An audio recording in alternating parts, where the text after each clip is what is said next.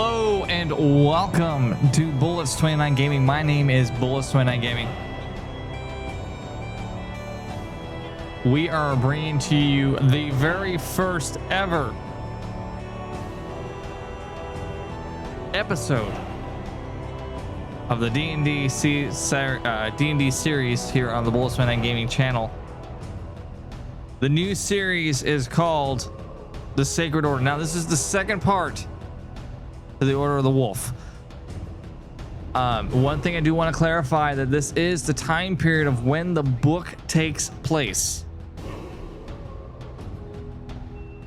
I've gone a lot farther on my book.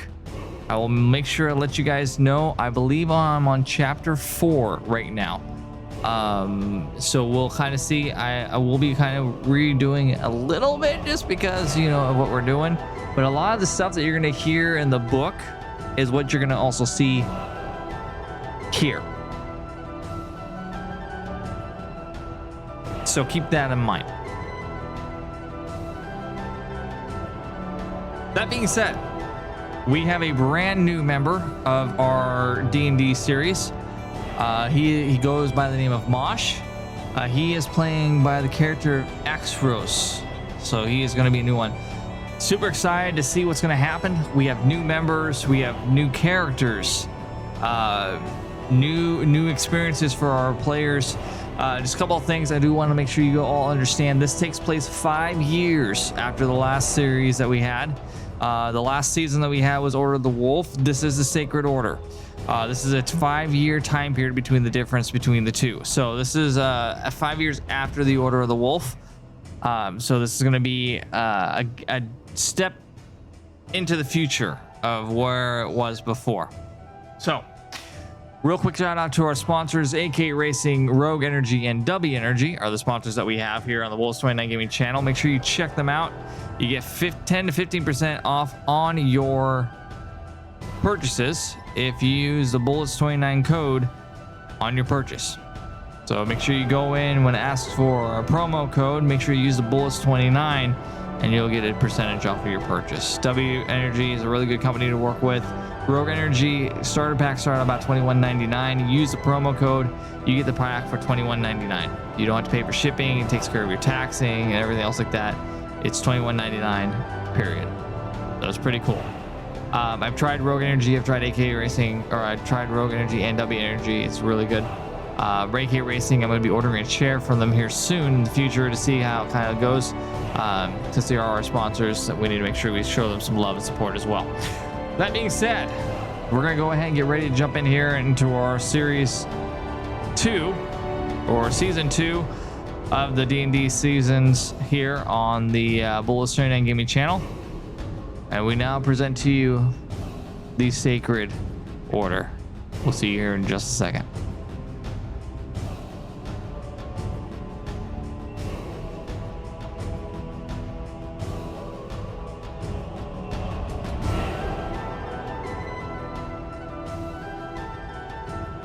All right, Mr. Mosh is ready. Miss Scarlett, our wonderful mod, is going to be in the stream as well, watching the stream on Twitch. Really appreciate her. Make sure you show some love. Let's go ahead and kick it off. We're going to go ahead and jump on over to our live screen here on the map. We're going to have some new maps for you all here on the Bullets29 Gaming channel on the VTT as well. So let's go ahead and just switch on over to that screen where Mosh is currently at. And we're going to go ahead and jump right into our little experience. So, Mr. Mosh, can you hear us? I can hear you. Perfect. So, the way we are sitting right now, you are currently a little bit of a new character for us here on the Bullets29 Gaming channel on the D&D series. Really great to have you on board. Really excited to see what you bring to the table. And most importantly, your character. Real quick before we go into it a little bit, go ahead and give us a little bit of a rundown. Don't go into the backstory or anything else like that or anything. Just give us a rundown, who you are, what your name is, what race you are, and what class you are. All right, guys. My name is Mosh XD. I'll be playing Axros Yashrai, a dark elf That's also a monk following the path of shadows. And then anything else after that? I don't think so. I think that clears it up to the most part. All right. But All right. Sorry, I'm eating too at the same time, so bear with me. All right.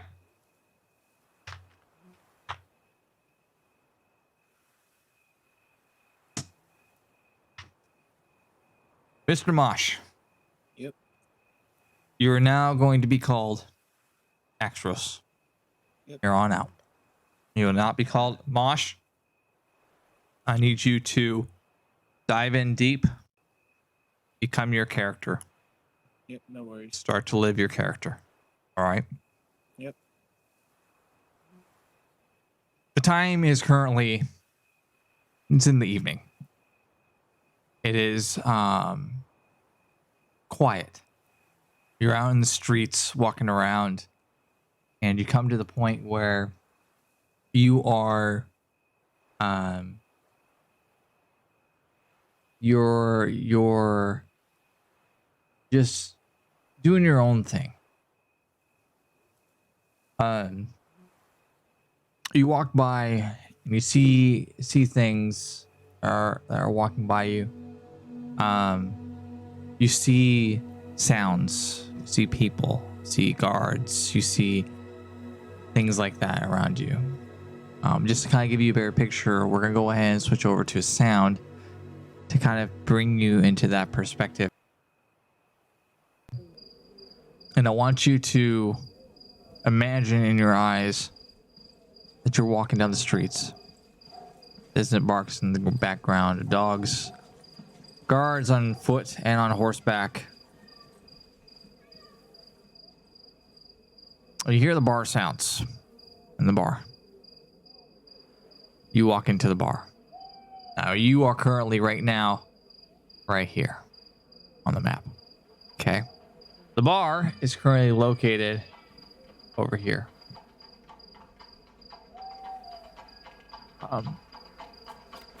You start to walk through and you decide to go in for a drink. So as you walk in to the bar, you see it's a group of people on the table. Some guys, looks like there's the butcher from the town, Tugar from the butcher shop. You see Malorn there as well, who's the washer. She does the linen, typically. You see a bunch of other members from the community in there doing their own thing, drinking, laughing. Oh, what a day. I had this gentleman come in. He was just a pain in my butt. Let me tell you, he came in demanding that he had all this stuff, that he was entitled to it. And let me tell you, I was telling him, you know what? Then you can just take your service elsewhere. I'm not going to sit here and tolerate you disrespecting me and my work. I provide top-notch work. You take a closer look at this gentleman, you realize that this is the forger, or the iron caster, or the mill worker in the town. And you have always known this gentleman to be this kind of guy where he's just always like this. He's always like this. And you know, anytime you had swords or things like that being made, or every time you pass by, you would always see him always getting into an argument with a customer, kind of manipulating his way through things a little bit. You see a gentleman at the bar. He's more of a dwarf, and he's kind of drinking quite a bit, and he goes, "Oh, what do you want? I'm just sitting here enjoying my beer. Get off of me!" As these guys keep trying to come up to push him his way through to the bar, and he's like, "Get a dwarf drink in peace!" Good God Almighty! Ugh. And he just kind of does his own thing as he continues to drink his beer. You walk in, you find an empty seat, and you take a seat. And as you do so, you you begin to just sit there, and a lady comes over to you, and you know this as the pretty much the person that works at the bar. She is one of the people that services the bar, and she comes over to you and she goes, "Hello, how are you doing tonight?" Not bad at all, miss. How's your day going so far? "Oh, it's just, dealing with the drunks over here, as always. It's been a while. Where have you been?" I've been busy. "Oh, Work-related stuff. right. Well, what can I get you?"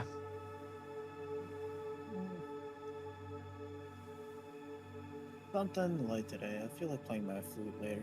She interjects and she goes, Have you eaten at all today?" A little bit, yeah. I should be fine on food. She kind of leans in and she goes, "I have some leftover stew in the back if you want some. No charge." Sure. Of course. Thank you. Appreciate it. Right. You want your usual, your ale? Yes, please. All right. I'll see you in a second, sweetheart. She kind of walks back to the bar. The gentleman going, as soon as she walks by, she all of a sudden go, "Whoa, look at her.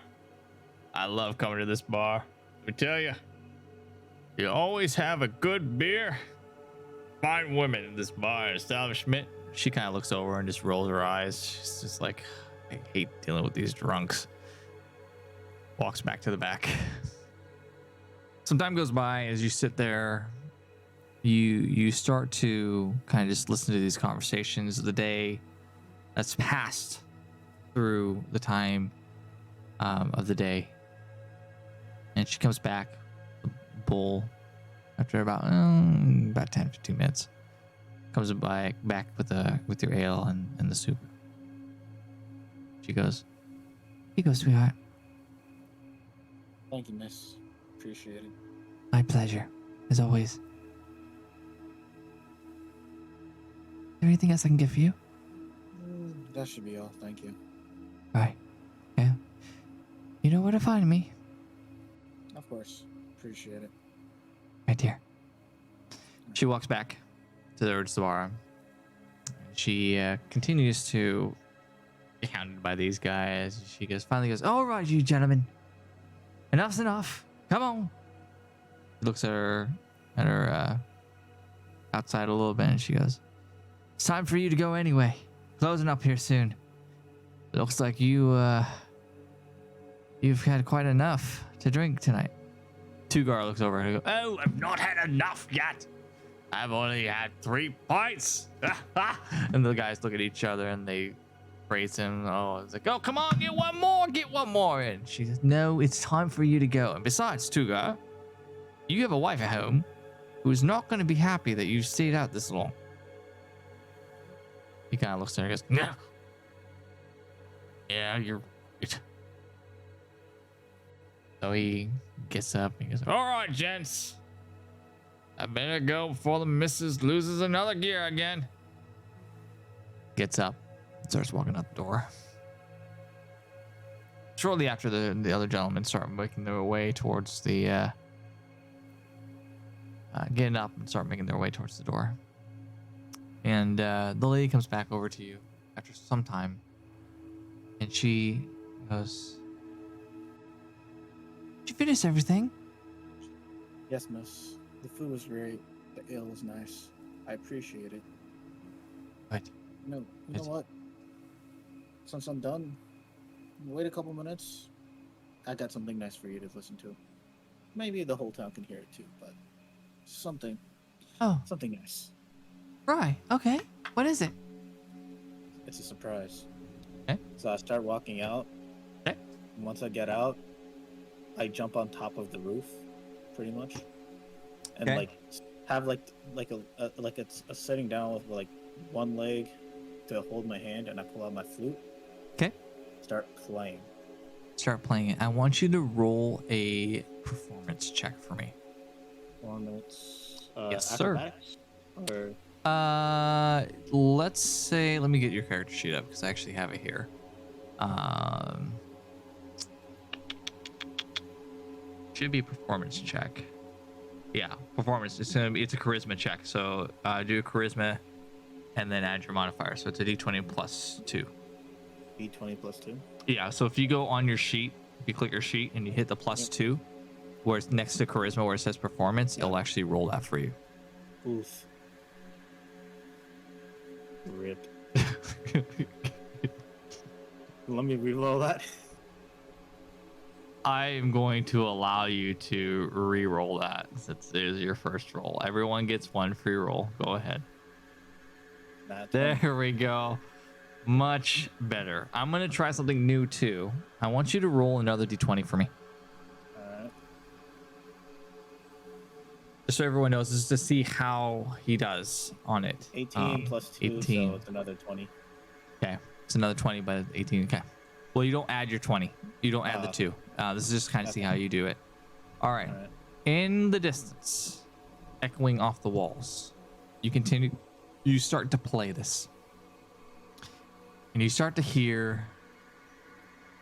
play a song that you have learned as growing up, a song to play. And you have always enjoyed playing it. And it just echoes off the walls around the town. As people start to walk by, they stop and look up at you. And they kind of pause. And you see people around the town that's walking by, husbands and wives, kind of stop, embrace each other, and look up from the rooftops. As you continue to play this song, you look down and you see this woman who has treated you so well for so many years, because you've been coming into this bar for quite some time. Look at you and with tears on her face and just blown away on how beautiful the song is being played by you. You start to get to the point where you feel with the music. You feel one with the music. It's your way of finding peace from everything that's been happening to you in life. It's your way of understanding who you are from the past, and those of you lost and those of you loved along the way. And as you look down at this lady who has helped you for so many times at this bar establishment, you start to look at her more while you play this song. You start to realize this is your way of freedom. Your lifestyle that you have, the one sense where you get freedom is this right here. Playing the music, playing the flute, becoming one with every single note that you produce out of this instrument. And as you continue to play, you see a tear roll down her face. People from inside the bar start making their way out as they start to look up, see you on the rooftop. They start to reminisce, and you get a sense of peace in the area.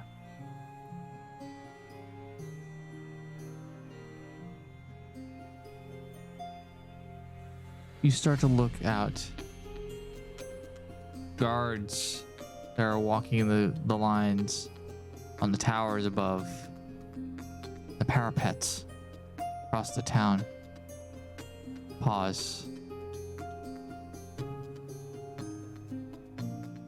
One person in particular stops, picks up their helmet, and just stares at you. And it continues to just to take this all in of the music that you're producing. And as you come to the end of your song, you start to just have a soft, quiet moment, just looking up into the stars and sensing freedom. Freedom from everything that's been going on in your life. Freedom from everything that you've gone through. Turmoil, the pain, the losses.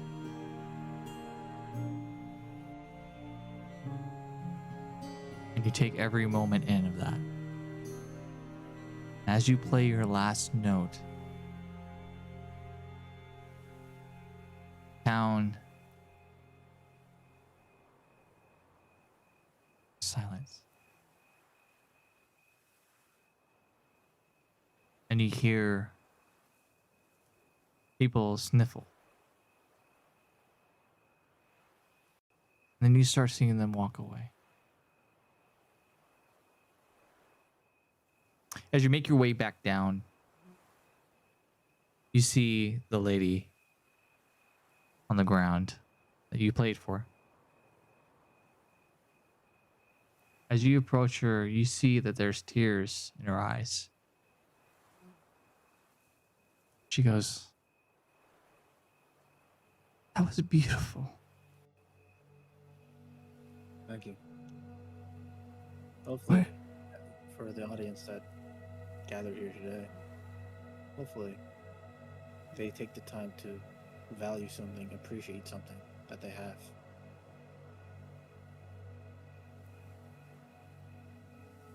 I never felt, you look like you were just so free and at peace. It felt like you were, It was a song that I made when I was a kid.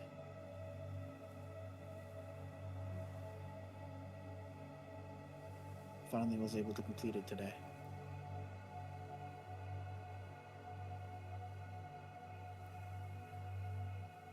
you always need something to set you free.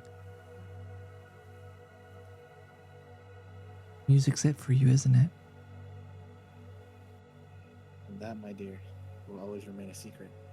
And then I vanish. As you start to walk away, she looks around as you vanish away. Did you click? I want you to roll an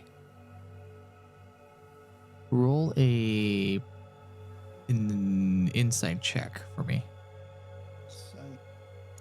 Roll an insight check. 21. 21. Okay. Yeah, you definitely see this. I rolled a 1. You see her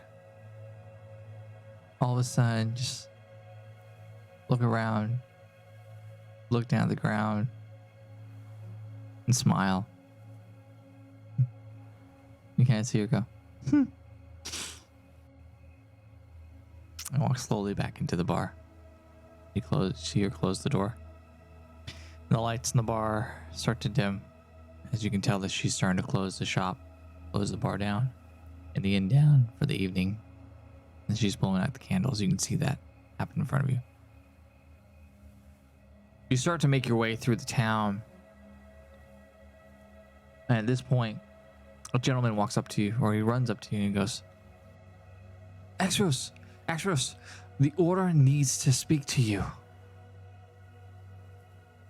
I understand, but I give him a little smack on the head. I'm like, you fool, be quiet. You're supposed to be operating in the shadows.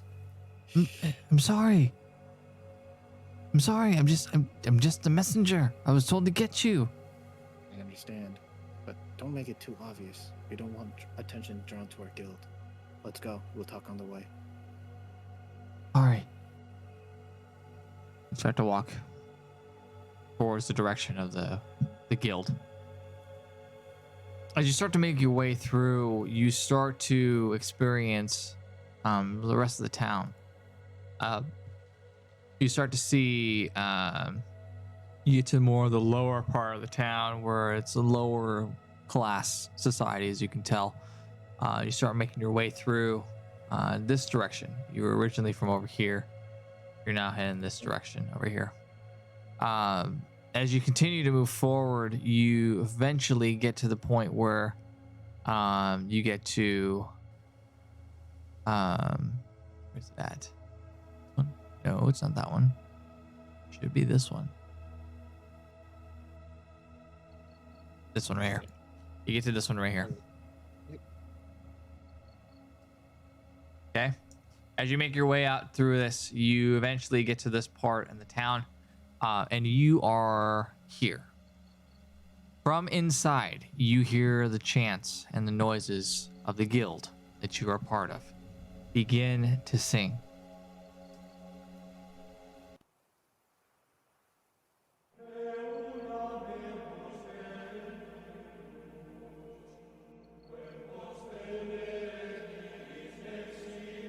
And the gentleman that was with you asks you, what do you think they want?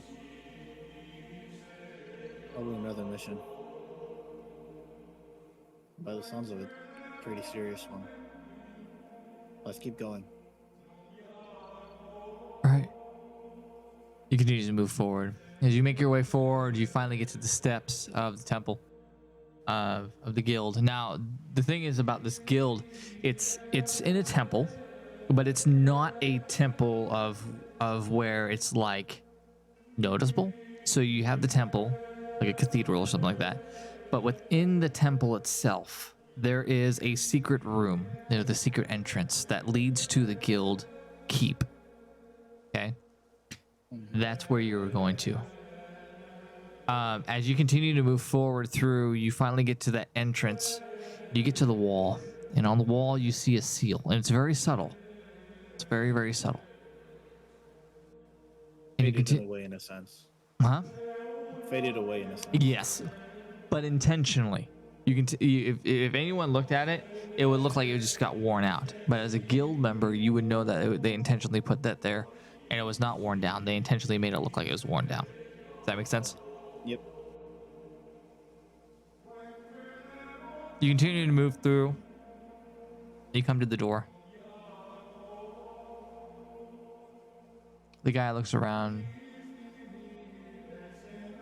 starts to push on the door, push the door open. You walk through. You finally walk through, and you come to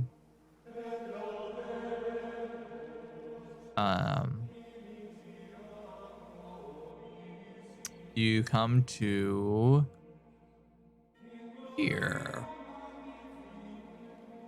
As you make your way through, the chants change. Style of chant.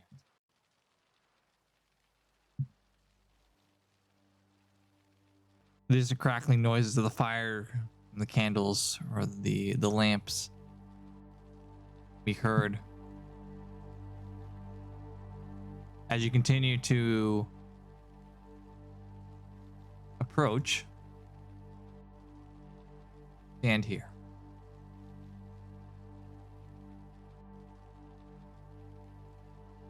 Now the fires are obviously, you have one here, one over here, one here, and one over here. Okay. Yep. Those are where the fires are. As you sit here, you see the guy that you came with approach you. What do we do? Let's wait for the elders to show up. Receive the mission. Just be professional and formal as much as possible. Right. As you do this, go ahead. Awesome. Fix your uniform. Kind of look a little bit out of messed up here. Fix your collar.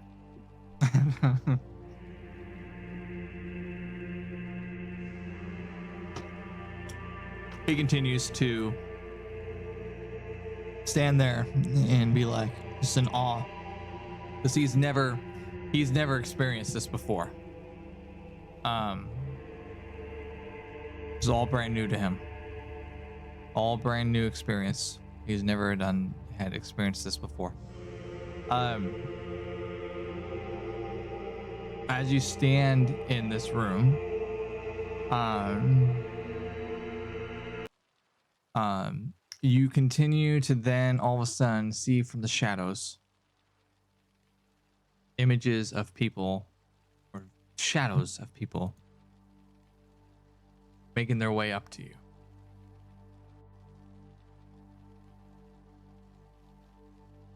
Bow Okay. down and greet the respected elders.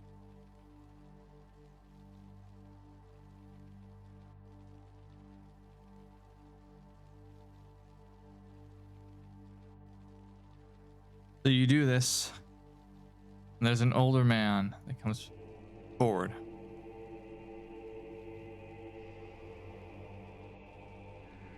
And they stand in a position, two on each side of each step, and there's a podium.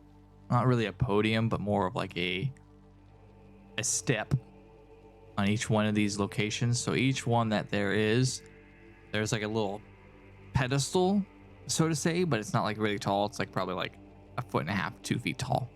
So it's above, right? And all of a sudden, as the chanting continues, the elder begins to speak to you. Axios, you have displayed yourself worthy to hold the position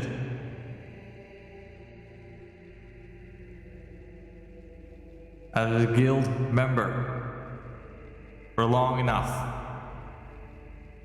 It is time for you to hold the rank of mentor, to teach, to learn, to grow.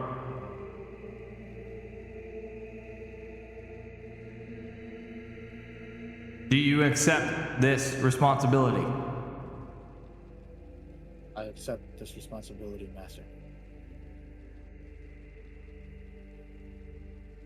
Do you understand? Do you understand the responsibilities that come with this new title and position? Yes, Master. I understand responsibilities to educate and lead the training of the next generation. Do you accept this position freely, willingly? Yes, I accept this position willingly.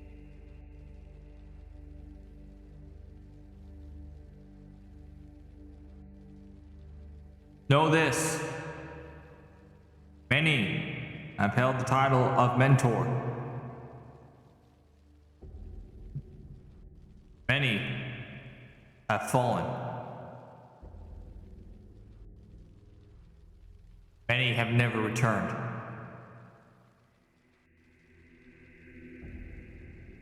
You hold great responsibility. And with that responsibility comes the understanding that you must protect those underneath you at all costs.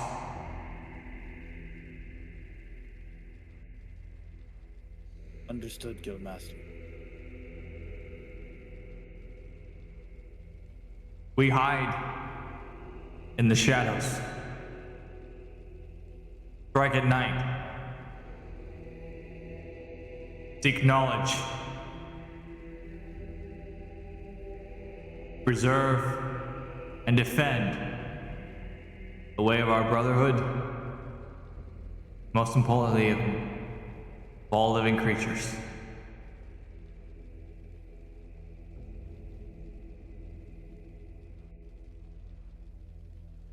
You must understand this position comes with a heavy burden that is now upon your shoulders. You have proven yourself worthy. You have proven yourself loyal. And you have proven yourself capable to carry on our mission, our purpose, and most importantly, our legacy. At this point, he starts to walk towards you.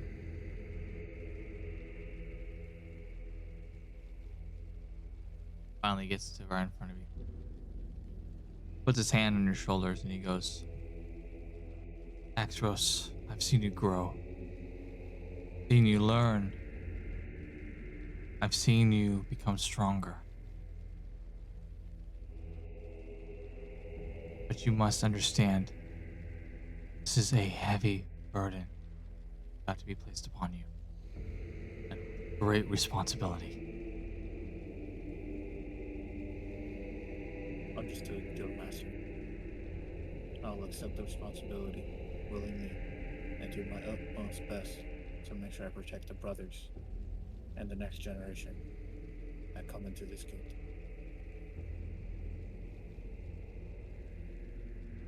Very well.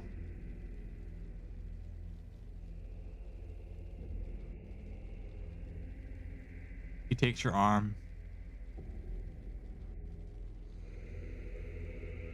Has a more like a Roman shake.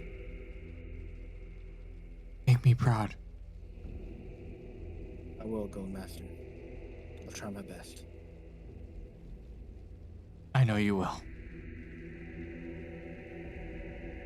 As he stands there, you stare in each other's eyes. He nods at you.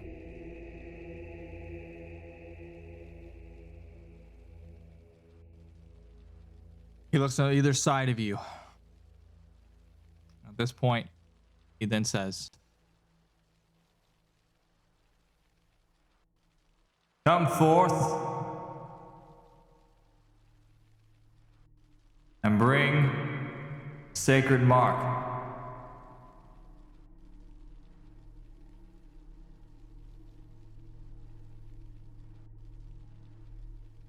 Axros, as a part of the guild, you now hold the rank of mentor, teacher, master.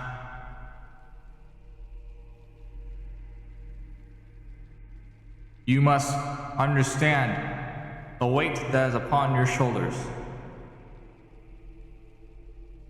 To remind you, all masters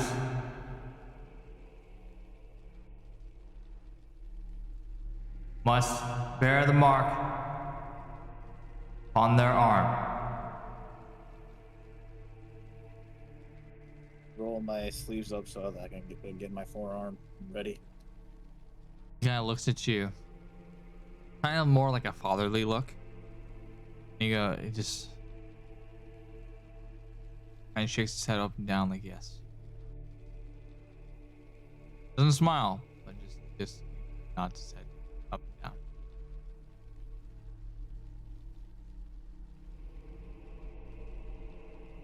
What do you do? I'm ready to accept the seal.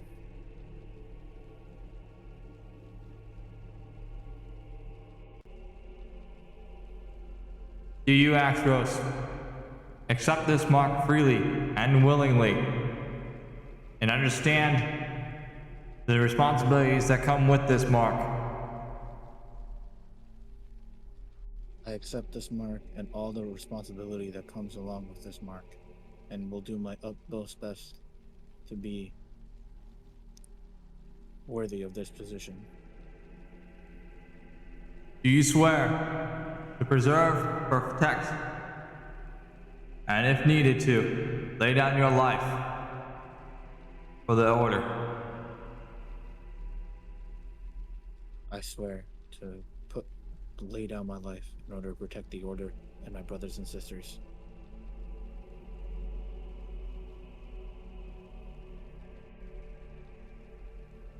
Very well. Master of Arms, you may proceed. At this point in time, the two individuals, one holding a grinding iron, the other holding coal. The one puts the grinding iron inside the coals for a few moments, lets it heat up. And then at that point, you stare as they pull this rod out, and they pull it literally in front of your face. They pull it out slowly. I show no emotion. As you stare at it, showing no emotion, you look over and you see the guildmaster, and he continues to nod.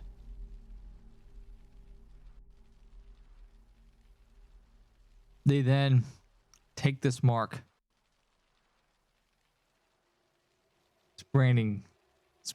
this branding rod, and slam it down on your arm. What do you do? Nothing. I take the mark. No reaction, no emotion. Just stand still, accepting the mark. I need you to roll for me. Here. To roll. What do I want?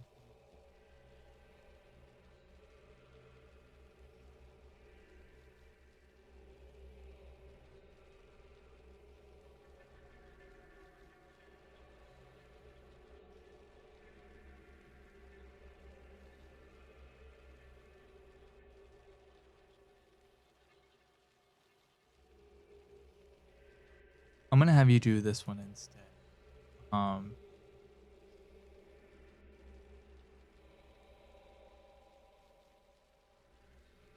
know what? No, we're gonna do this one. We're gonna do a deception roll. Deception check. I need you to do a charisma check. Add a d20 plus 2 for me. D20 plus 2? So just click on deception, right? Yep, just click on deception. 18 plus 2 is 20. 20. All right. You show no signs of fear, no signs of pain, no signs of anything as they just jam this cast brining iron into your arm, on your forearm. It's right on your forearm. Not on the backside, but more on when the palm facing you, on your forearm of your arm, like a lower arm. Does that make sense? Yeah. So it's like right. Yeah. So you'd have to like physically turn your hand towards you to see the mark. Right. Does that make sense? As you do this, they slowly start to back up away from you as it's completed. And then I need you to go ahead and take 4 damage for me as they jam this branding iron into you. Don't worry about putting it in because you won't need to worry about it anyway. But you take 4 damage. Right. Just for future sense, you'll find out why later on in the future. As the guild master, or the headmaster essentially, moves back to the line up top, he goes with a loud voice booming across the halls of this great chamber.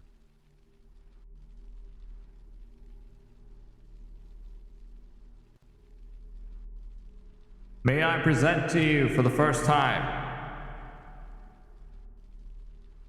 Master Axros.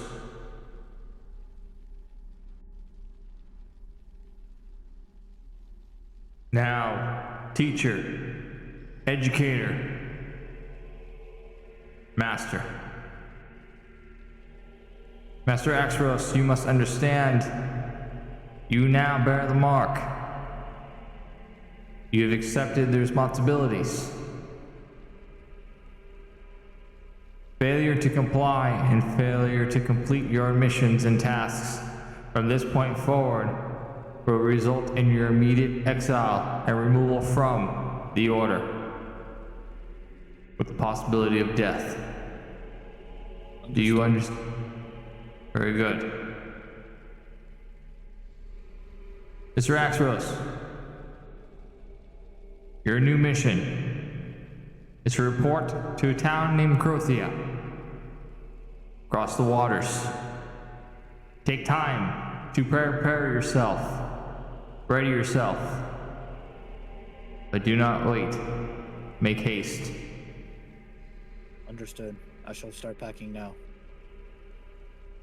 You must take time. You must take time to prepare yourself mentally, physically, and emotionally. For this will not be an easy task. As he continues to walk, he starts to move continually up towards you more and more as he begins to make his way back up to you. Saying again, a booming voice as it echoes off the walls. Your mission is to report to a town named Crothia and speak with Thois and or Scarlet.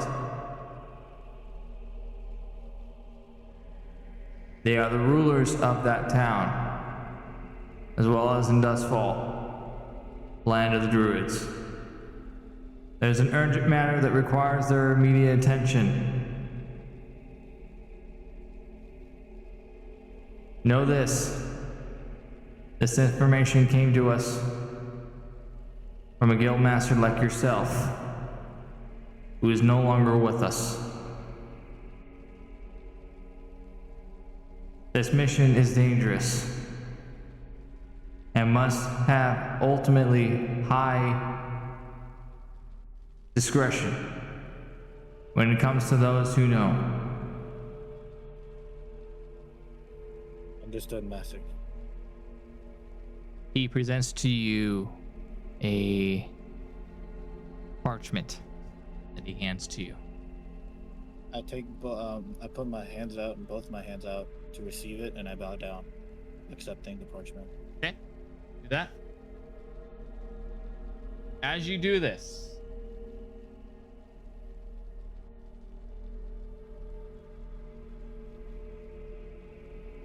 another individual approaches from behind you. A light, a bright light, comes from behind you.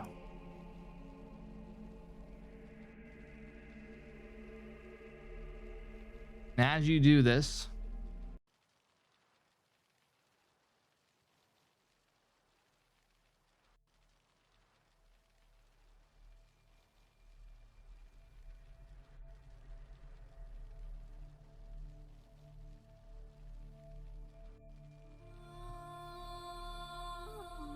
lights come from behind you as you feel the celestial brightness from behind you. And as you turn around, and just to let everyone know, I can actually turn him around. I can have him go into different directions. So we're gonna have him look this way. He's gonna look this way. You look behind you. You see a white light in the air. And pretty soon, you see wings expanding out from either side of them. As they approach you, they get closer and closer and closer.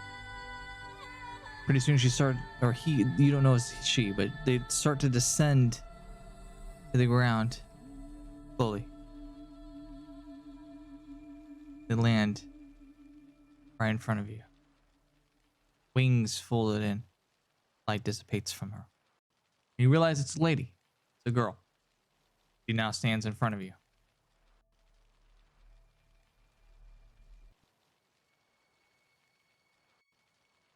As you stand here in front of her,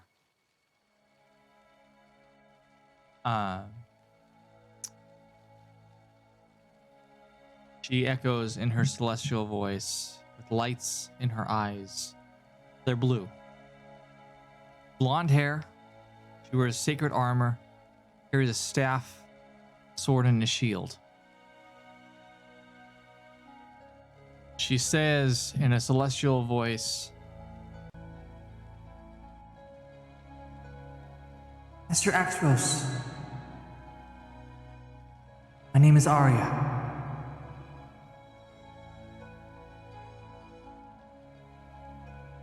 am Princess, the Celestial Realm. It is an honor to meet you, Your Highness. As it is for I, Master. I come bearing grave news of our enemies here. You see, in this realm, there is an evil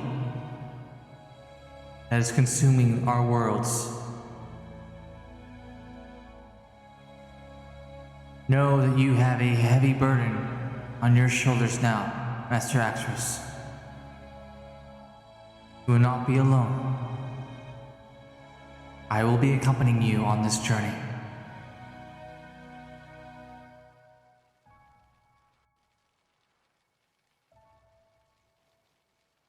As she says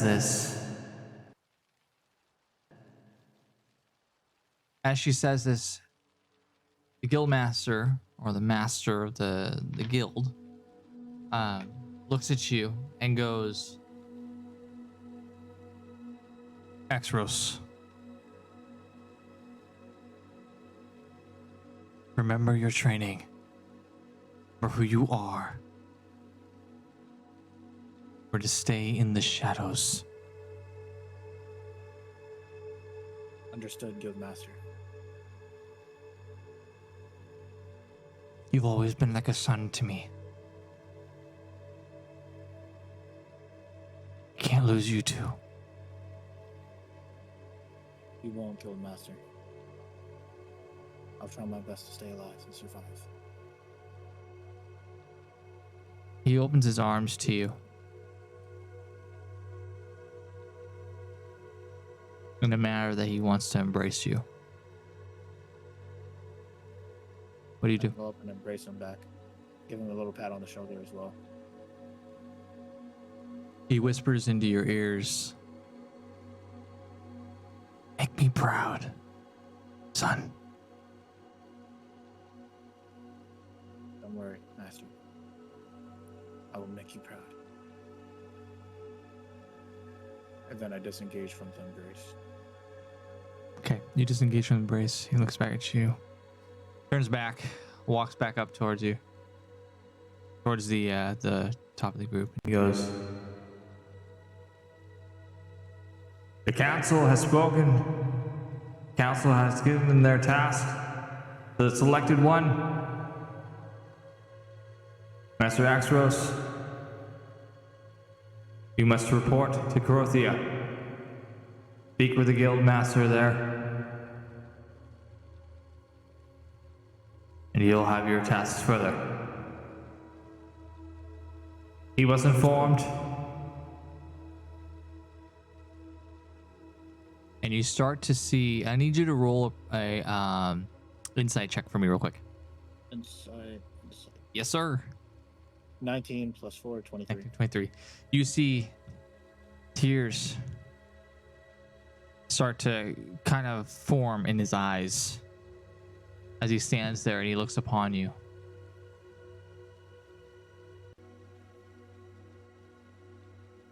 Do not fail us, Axros. For the world depends on your success.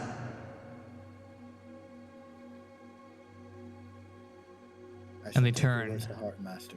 Before you answer, they will all turn simultaneously. They start to walk away. They disappear into the shadows.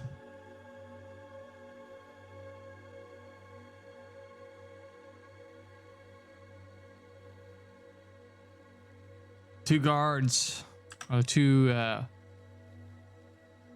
orderly men, I guess you could say, that were on either side of you disappear as well. You are now in the room with Arya.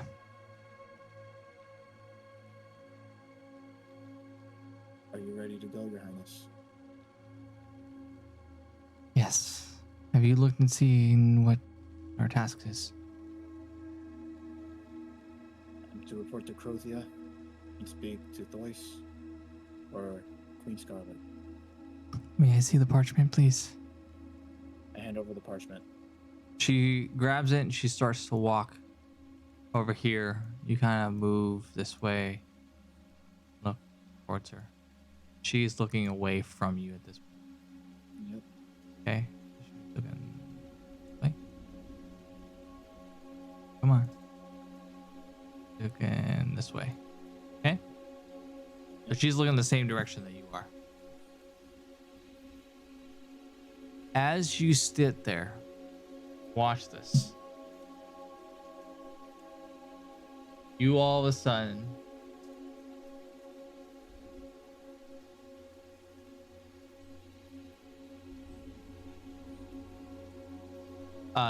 sudden see from there.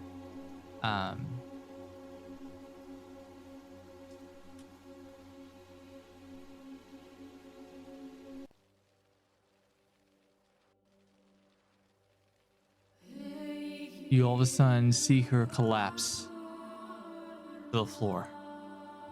Not like fall forward and like unconscious. You see her collapse as she catches herself to the floor. And tears and crying begin to come from her. I ask if she's alright, and then I retrieve the parchment and look to see what the contents are inside of it.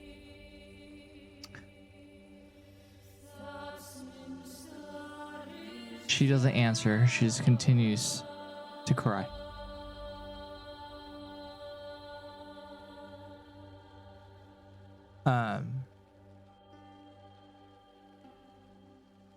You see in the notes the name Thois, the name Madrir,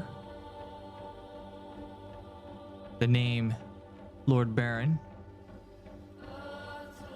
and you hear the town of Crothia.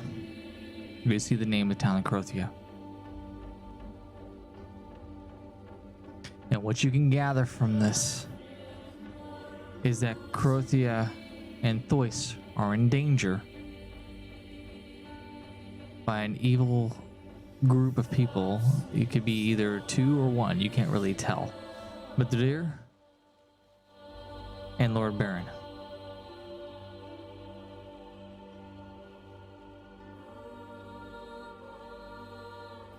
She sits there crying and begins to say to herself, why?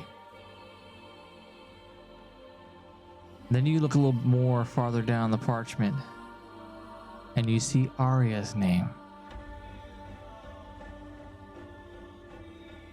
And as you read it, you realize Thois is the target. But he's really not the target. The main target of these two entities, or these two people that you know, known as Lord Baron and Madrir, is Arya.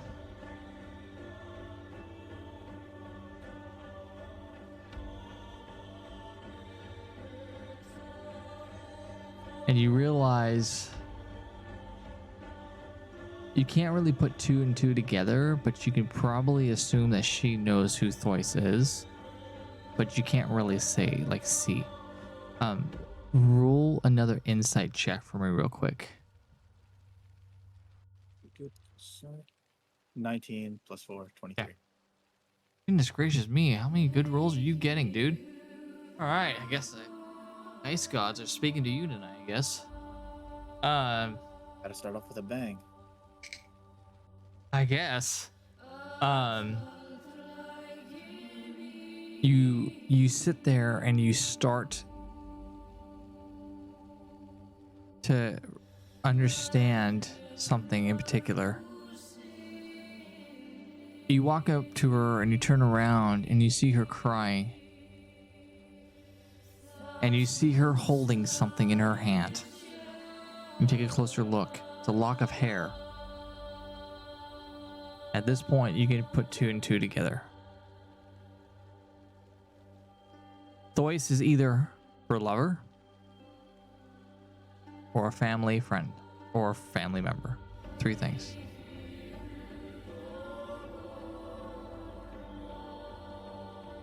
You also see her grasping an amulet that she's wearing around her neck.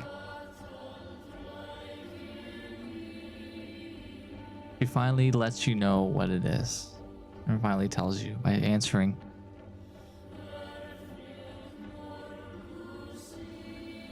I am the target, but they're after my brother. My lost brother. And all the more necessary to make haste and make preparations. I didn't know he was alive.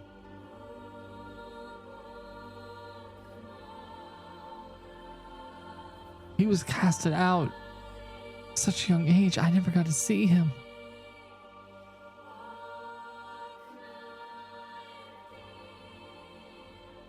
Now he's in danger.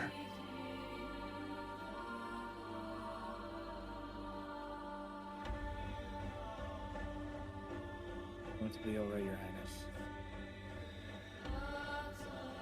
We're gonna figure out more details once we get there. Just be alright. We can talk about this on our trip over. For right now, we must make haste. It can get worse. She tries to find the strength to get up. I help her up. You help her up. She finally gets up. Start walking out. Still tears running from down her seat, down her eyes. And at this point, you guys walk out the door and start to walk to the port. As you get to the port, you start to prepare yourself. You talk to the guards, you talk to the captains, you get everyone to put together. You finally start your journey across the water. Now, the journey across the water takes some time. It takes about 6 or 7 months. It's quite a bit of long journey. And you have some interactions on the ship, though? Yeah, we're going to. We're getting there. Don't you worry. We're getting there. But what we're going to do is we're going to go ahead and take a quick break. We'll come right back here on the first episode ever of season 2 of the Order of the Wolf. We'll see you here in a second. You mean Sacred Order? Yeah, it's a Sacred Order, but it's part of the Order. You know what I mean. Yeah.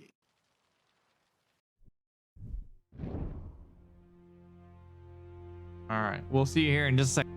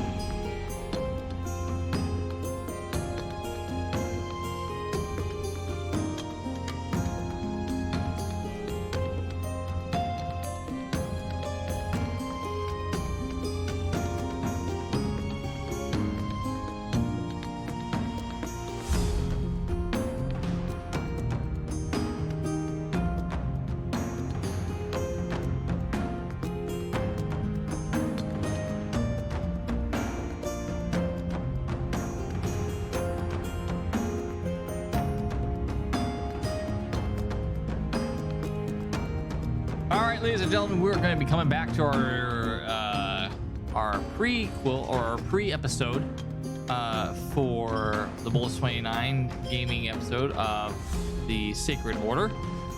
Let's go ahead and get our stuff set up real quick and make sure we're good to go. This is going to be the prequel or the season 2, episode 1 of the Sacred Order. This is the Order of the Wolf series. This is season 2, so I just want to make sure you clarify that real quickly. This is season 2 of the Order of the Wolf season, or the sequel, and this is the second season in that series, and it's titled The Sacred Order. So, and there's going to be, at the rate that we're going, there's probably going to be at least 1, if not 2 more that I'm building onto this as well. So we're going to have a couple more later on as well going into this in the future. So make sure you stay tuned and make sure you get connected with that. Before we go back, make sure you check out our sponsors again. Shout out to them, Rogue Energy, AK Racing, and W Energy. Make sure you check them out. Show them some love. Go buy some stuff. Put my name in there and you'll get some money off. So what we're going to do is we're going to go ahead and jump right back in to our series or our episode. I'm gonna get that there. I'm gonna double check, make sure everyone's ready to go, and we'll go ahead and see you in just a second. We'll switch over.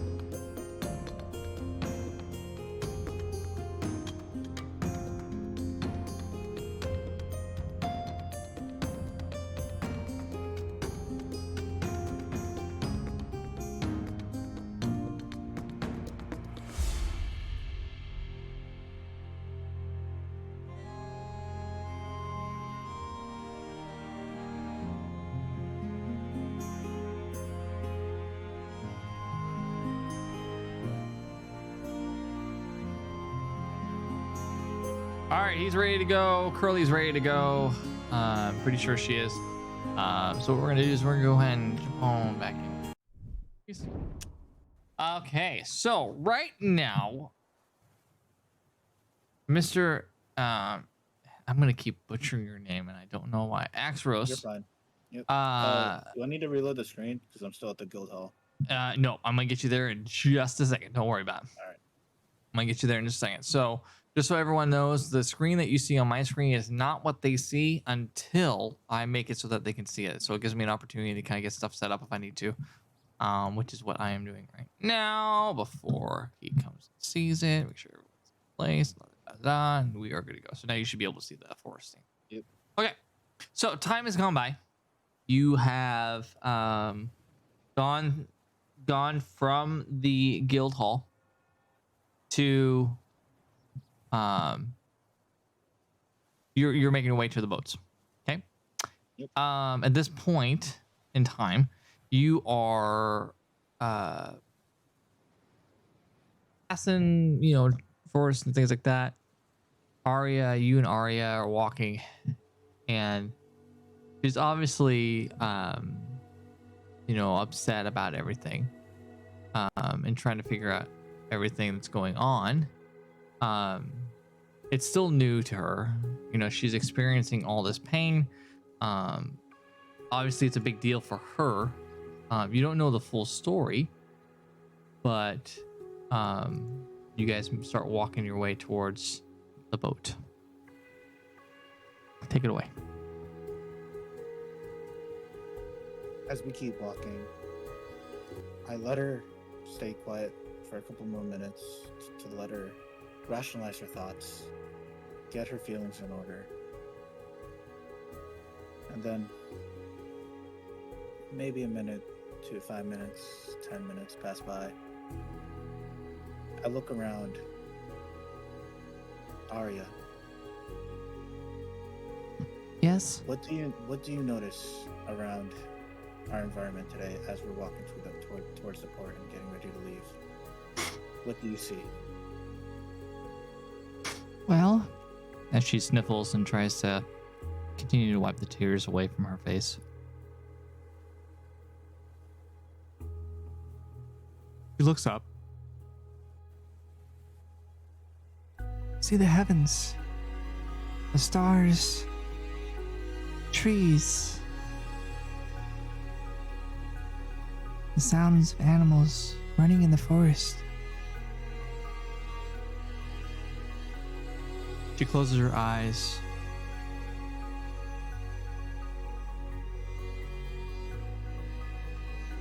I feel a natural circle of the forest. Sound of the wind, trees, peace.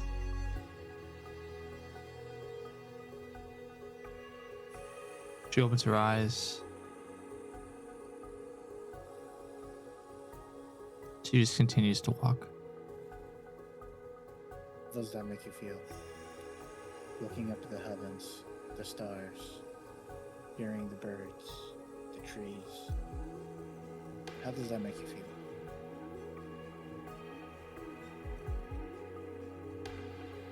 Makes me feel like my brother had it lucky. Be able to experience all of this every day. To be one with nature.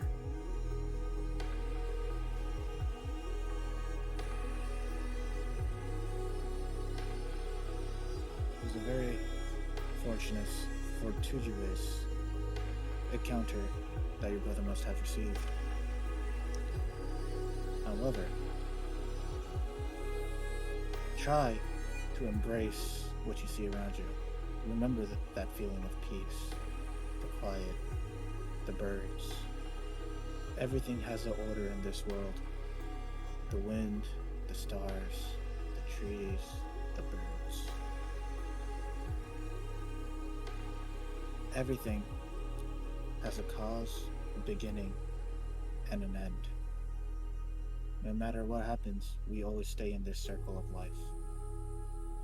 It is our duty not only to protect it, but also enjoy it. No matter what. It's only because of these hard times that we truly appreciate what we have. As we continue walking closer and closer. As you continue to walk, she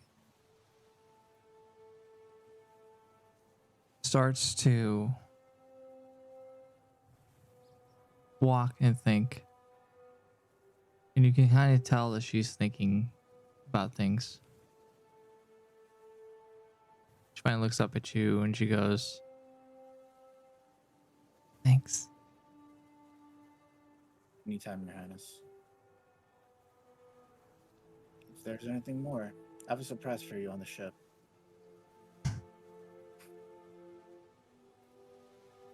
Oh, trust me, I've heard. The guildmaster made sure he told me all about you. Oh, really? He did. Well, let's see if I can live up to those expectations. Now. Control yourself. I don't know where you're going, but I'm not that easy. So you start making your way. You finally get to the boat, and you board the boat. You see the captain there yelling, "Why? Where are you putting? That's not where that goes. Goes over here. No, not there. Over here." Oh, master, how we doing? Captain, how's everything? Has everything been arranged? Well, arranged is putting it one way. Getting it done with a bunch of lockheads like these folks is another story. Does the captain require any assistance to speed up the process? Can you find me some decent men that actually know what the hell they're doing? I didn't think so. No, it should be fine. Get on the boat. We'll be ready to go here soon. As you start making your way on the boat, you all of a sudden hear him yell in the background. What is that? What is that? That is not the food that we ordered. It is not the potatoes. Those are beets. We don't. Are you stupid? Are you stupid? Take it back. No, just take it back. Ah. Ah. Continue to walk onto the boat.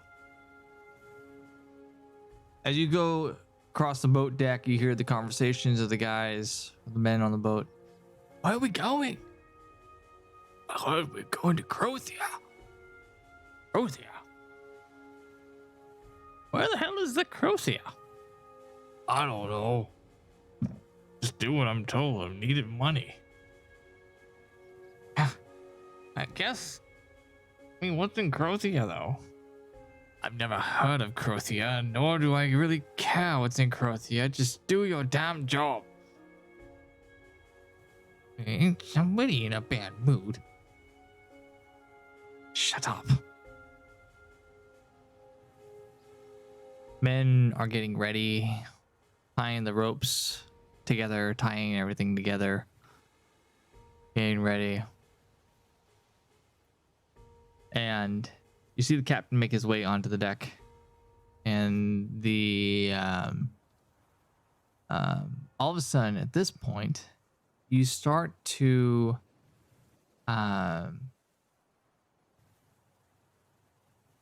hear some weird conversations happening between the captain and his men. And the conversation that you hear is not really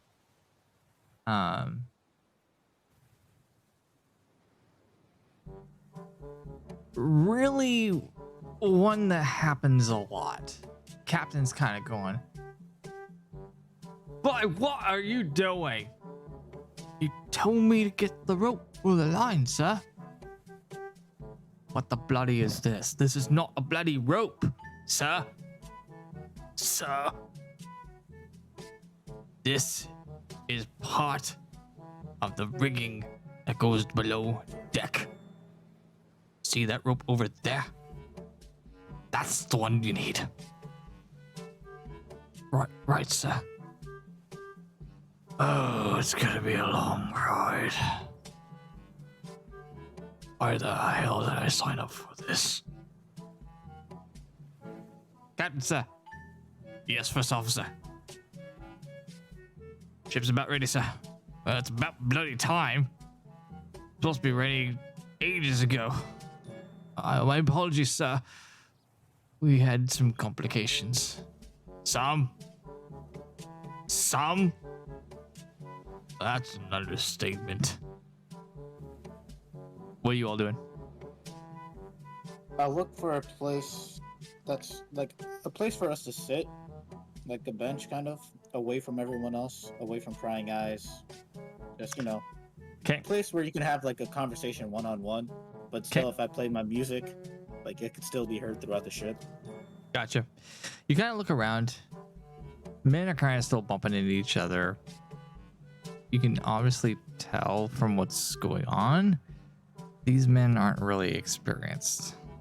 They can be like their first time or like in a while or whatever. These men are pretty inexperienced. They don't know what exactly is going on around them. And the captain seems frustrated. You do, however, find a spot in the side of the boat where you can actually finally get away from everyone. There's obviously people still kind of walking back and forth kind of thing, but there's still an opportunity for like you and her to have a conversation whenever you guys want. So, Arya, follow me. Where are we going? Just over there to sit, away from prying eyes and ears. Just one-on-one conversations. And don't forget, that surprise I told you about, it's coming soon. I'm kind of concerned about these crew members. Aren't you? It'll be fine. If Right. worst comes to worst, I can always help out. Probably, make it a lot more effective and efficient. That way the captain doesn't lose his top off. Because as you heard, apparently there are a bunch of dunderheads. She kind of looks over at you with like a look like, really? Like, You? By yourself? Yep. Don't let my image fool you. Just because I'm wearing these cloaks doesn't mean I'm all skin and bones. Anyway. Alright, let's go. you guys find a spot and you guys sit down. Do you remember what we talked about when we were walking to the port? Yes? Look up at the sky. Look around you. Embrace the feeling. So it's nighttime, so she looks up in the sky and she sees the stars in the sky. Little clouds. The moonlight shines off of some of the clouds, reflecting off the water. Here's the seagulls in the background. Here's the noises of the port. What do you? So I'm like, I'm like telling her two things. So, with your permission, I have two requests. May I lay my head on your lap? And two, just close your eyes. I pull my flute out. Roll persuasion for me. Roll a persuasion check for me. 13 plus 2 is 15. She kind of looks at you and she's kind of like, okay, I guess. She lays down, or she sits down. You lay down and put your head down on her lap. All right. And then I tell her, I want you to close your eyes and tell me, do you remember your home in the celestial world, or is there any song that really means a lot to you, that you really enjoy? No. Particularly. Not particularly. No. Okay. I have a song for you. I've learned from someone. It's in celestial too, so I hope you may enjoy it. Alright. Do I need to roll anything? Yeah. Roll performance. There we go. 19 plus 2, 21. So you begin to play.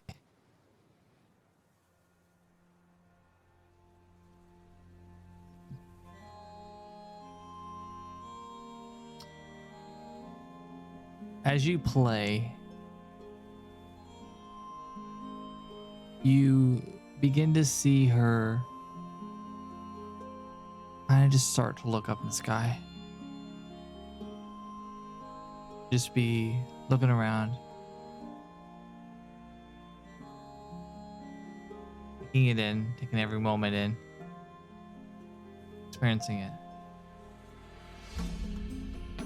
Around you, the boat crew can hear this song being played. And it somewhat kind of starts to get them calmed, puts their mind at ease. And all of a sudden, from the distance, you hear, "Weigh anchor! I'm prepared to leave port." As you sit there playing the flute, you play this song. You start to hear the crashing waves as the boat leaves the port. With the murderous or mightiest sound of a whoosh, the mainsail drops. The wind flowing through the hair of Arya's. You see the wind blowing her hair. Look of peace. Relaxation. In the distance, you hear the captain yell, "Slight port! Slight to port! Steady as she goes, man! Got a long journey ahead of us. Only a little time to get there. Know many of you have not done this before. You're on good hands. You got seasoned crew members here that'll help you along the way. Never fear. We will get there in one piece. What as you're told, stay strong and true. You'll get there." You look up at Arya again. You kind of see her kind of looking down a little bit. She reaches into her pocket. She pulls out the lock of hair that you saw her have before. Closes her eyes. Holds on to the amulet.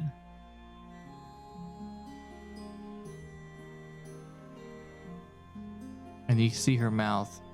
"I'm coming, Thrice. Coming."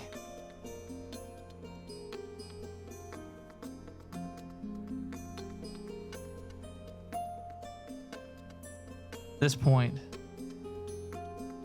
Captain, as you look, is pointing to the heavens with his first officer on the deck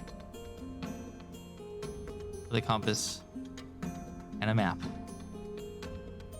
finding the gauges of where the site's supposed to be. The men on the deck finally getting in tune with one another of what needs to be done. As you play your last notes,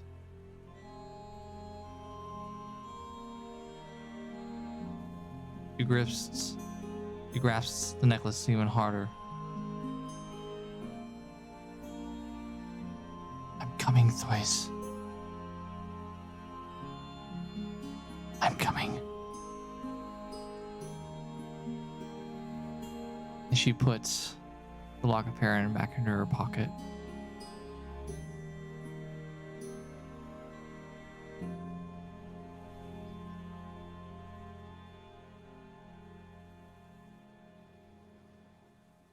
What do you want to do? I ask, "So, how'd you like my performance?"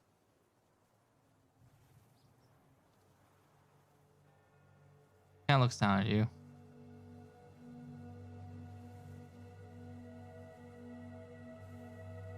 It was relaxing. Appreciate it. Now, it's been a long day. I suggest you get some rest. I get up off of a lap and start going towards the captain and the crewmates. Just chatting up, normal conversations. Okay. And possibly if they have any sea shanties they want me to play, I'll play some Okay. sea shanties. You do that. You have a conversation with the captain. Right, Master, we're finally doing something right. Don't know why it took so long, but we are. We should be there in no time. It's gonna take some time, but we'll make a couple of stops along the way, make sure we get provisions up. Should be there soon. No problem. Turns back to his first officer, looking over the map and going, "You hear the conversation. We head this way. Cut off at least 3 to 4 days off of our final destination. See, that way we're gonna be heading high winds and high waves at this point in days.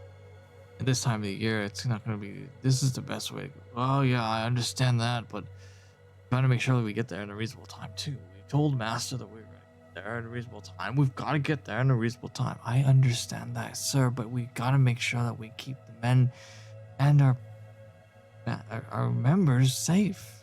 We don't get that. There's no point. Oh yeah, right. Well, go ahead and let's draw it to breath and let's take a look at it. And they continue back onto the map. The men are hard at work. They're scrubbing the deck. They're tying up the ropes to the sails. As the wind has started to kind of die down a little, or pick up a little bit, they're able to kind of lift some of the sails up.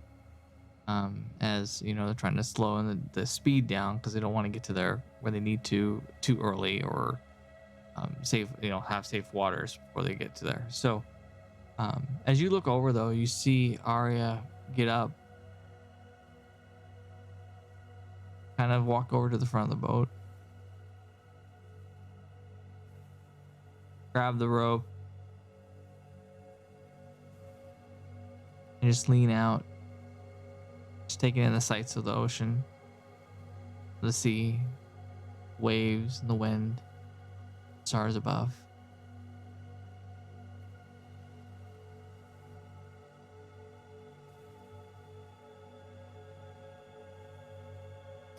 Taking the sights.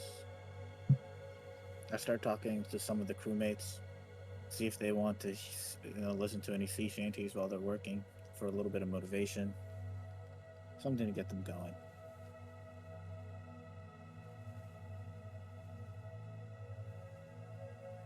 So you hear her say something. You don't know what it is. But you see it. You hear this.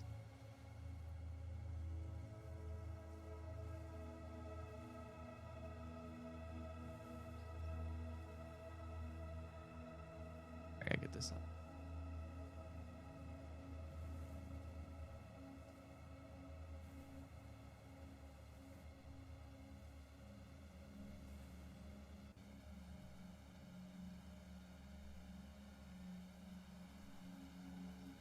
Piazzo le Thois. Piazzo le.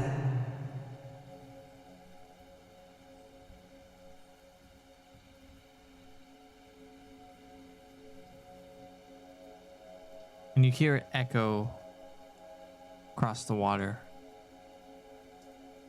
And you can figure that's probably celestial. I can figure it's celestial. I already know celestial, common, and draconic. And You do know celestial, so you know what exactly she said then. She said it across the waters in her celestial form, resonating off the water in the direction of travel, saying, "I'm coming, Thois. I'm coming."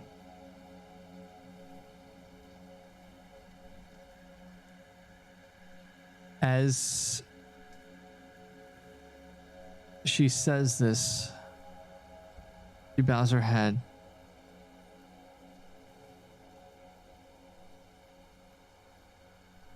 Looks back up. Turns around and walks towards the end of the rear of the boat. And finally returns to her bedchambers downstairs. And you guys continue your trip. You do some sea shanties on the boat. You try to calm the men down. So months go by, days go by, years go by. You land from town to town, getting resources, getting training done. Pretty soon you come to the town of Crothia. You come to the port in the town. And as you come into this town, you see the banners of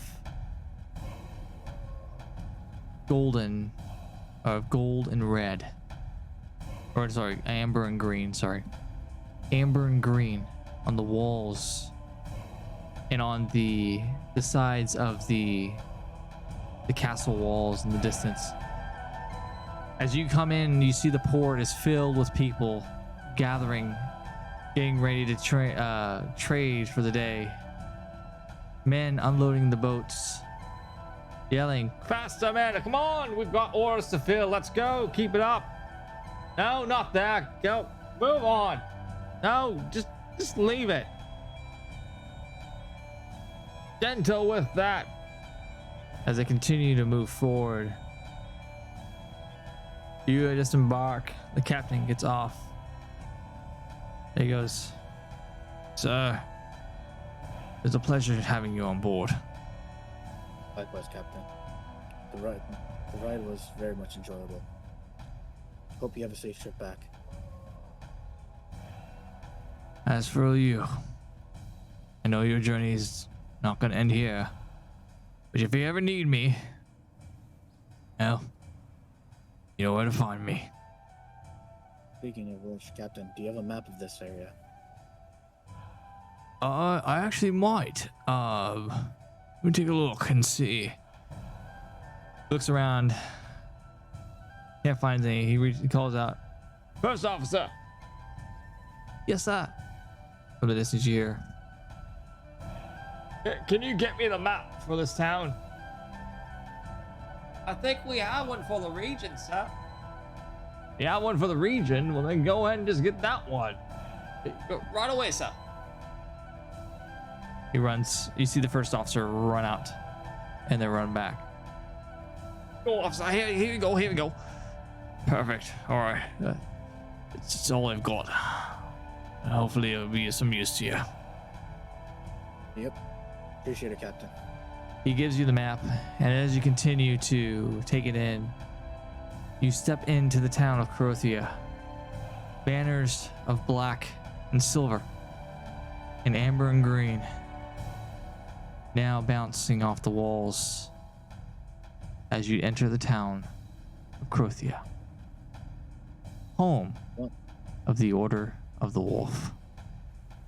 Once we enter, take out the map. I look for an area that represents the guild, making that my first stop to drop Arya off. And then Okay. after that, I go roam around the town a bit, gathering information. Okay. Let me make sure they're ready to go.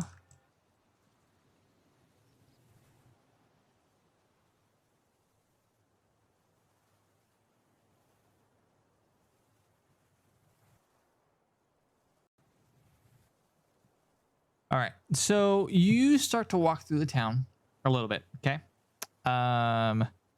And you start to kind of take in things. And you see the banners all around. And you see guards walking by, black and silver armor, bearing the symbol of a wolf with a rose in its mouth. And you know that you are in the home of the Order of the Wolf. Now, you've heard of the Order of the Wolf. You never have actually experienced the Order of the Wolf, but you have heard of them. You've heard of the great wolf leaders. You've heard of the Dragonborns, the battles that they've fought, the experiences that they have gone through, the turmoils and the dangers that they've experienced. The fact that this town had been destroyed before and has been rebuilt. Not once, not twice, but 3 times because of wars, battles, endurance they've gone through from evil presence. When finally this order, the First Order, the Order of the First Order of the Wolf, was formed to protect and defend the realm that you're in right now. And it's to the point where you see the town has overcome and it's flourished and it's grown from where it was before. And you see laughter, you see kids running around, you see people running around all over the place. And then eventually you see a statue of the King of Crothia in the middle of the town, and by the port, standing tall and magnificently with a sword in the ground as he's leaning on it. He looks up to the heavens and he looks in the direction of where the castle is at. And it symbolizes that he's here for the people. He represented for the people. He represented, I will stand with you, I will fight for you, and I will die for you. And that's what this statue represents to the people. Now, as you continue forward more and more, you start to see the markets. People laughing, giggling, butchers, maiden ladies, people running around doing chores, but smiling. Sense of peace, sense of enjoyment and of life in this area. Then you get to a part of the town where you kind of hear you hear more of a stillness at this point. That's where we're going to come to our map, to where we come to here.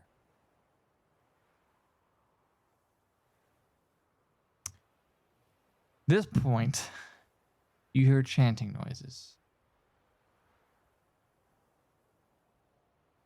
Chanting of a prayer.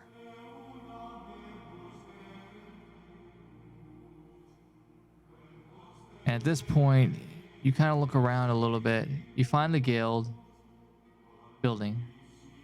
Arya goes, I'll be back. I need to go check in with the guild master. Right, be careful. This point, you're about, where are you at right here? You're about right here. Okay.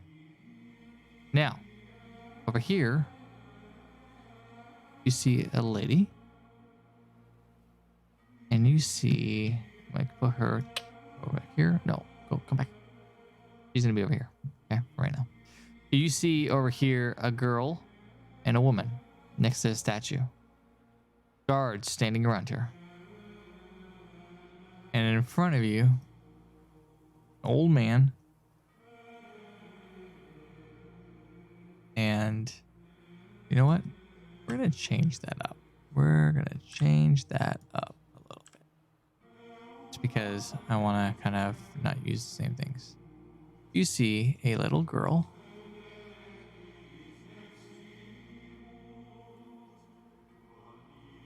That's not a little girl, but that's fine. You see a little girl. We'll use that one instead. An old man. And a boy. Over here. Okay? We'll use this one. Yeah, we'll use that one instead. The boy and the old man over here kind of start walking their way in. At this point,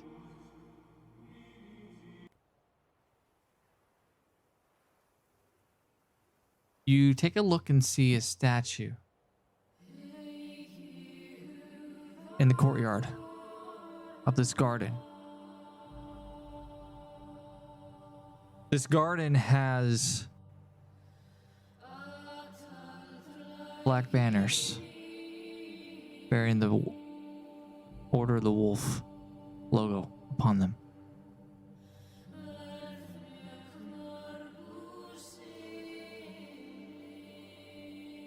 You see a statue of a man that has somewhat of a closer resemblance to someone else you've seen. And a panther with a bow and a sword. This woman and child kneeling down.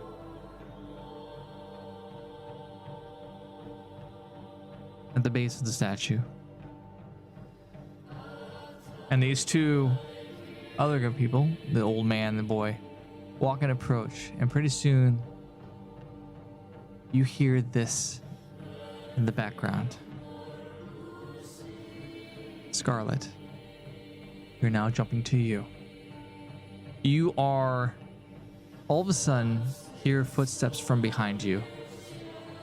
And you turn and you see his familiar face.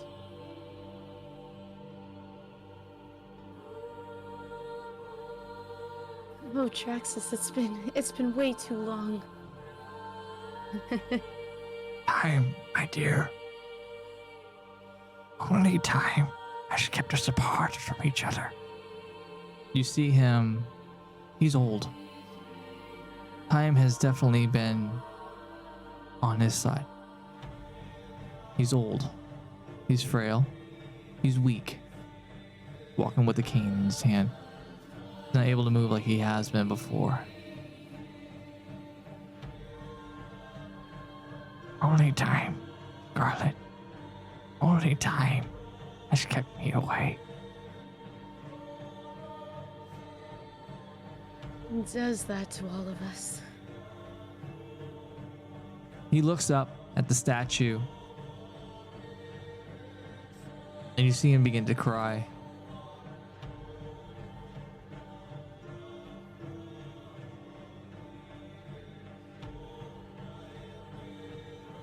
Should never happen to him.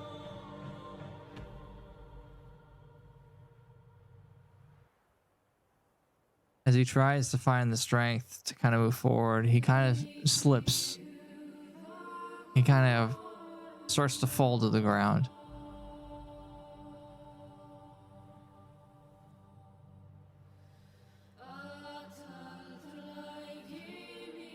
You want to do anything? I would like to. Oh, Lord, oh, Draxus, please let me help you. Come, let's go together. Besides, you haven't seen Thea in a while. Oh, She's my gotten so dear big. Thea. Oh, Thea. How are you, my dear? It's so good to see you again. I'm good, Grandpa. It's been too long. I know, my dear. Puts his hand on the side of Thea's face. I know.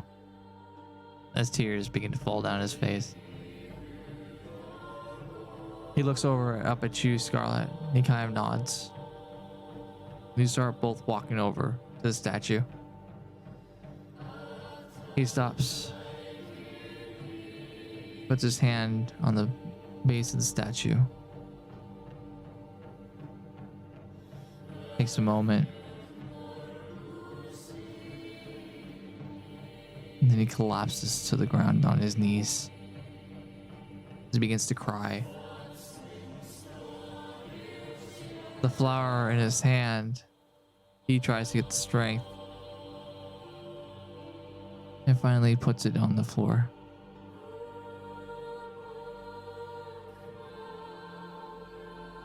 Axros, what would you like to do? So I already know that's like the Queen of Scarlet, right? Yes, you know that it's Queen Scarlet because of the fact that she's wearing a crown. That's the only way that you can tell. And you can also tell because there's royal guards around her as well. Right. So, are they still in the middle of a ceremony, or is it just about It's not really a ceremony. It's more of a grieving time. There's just guards around for protection at this point. I'll just probably move around to get a better angle and see what's going on, but just stay in sight so they take notice, and then just stand there. And I need you to roll a stealth for me. Well, no, I'm not really being stealthy. I'm just like making sure that they see me, but just not like I'm not. Oh, dangerous. okay, so they can see. Okay. I thought you Yeah, said they they can can't see see me. you. Okay, I thought you were No. saying they can't see. Okay. So the boy looks over and he goes, Are you here for this too? Yes. Come on. It's fine. It's fine. You sure? I don't want to disturb them in their moment. I of mean, he just came in. He just came in. It's okay. So, I was Mister. gonna say, yeah, Scarlet, you hear this conversation happening from behind you. Oh, you don't look like you're from around here. I am not. I am new. I just recently came ashore. Ah, well, welcome to Crothia. I apologize for coming for our poor timing here. Um, forgive me. We're Doesn't today look like the proper is. time to meet. If you have time later, there is some urgent business I must discuss with you. Oh, of course. Forgive From me. the doorway, Scarlet, you see a figure that has a very close resemblance to somebody that you know very too well.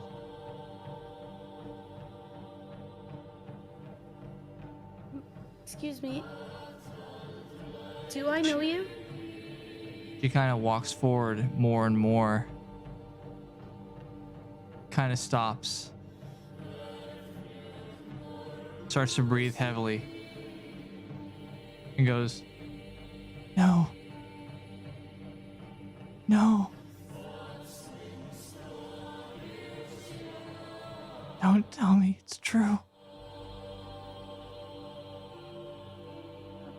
Are you talking about my husband and the statue? She reaches down. I need you to roll a perception check for me real quick. Curly or me? Both of you actually. I want both of you to roll. Right. Got 11. 10 and 14.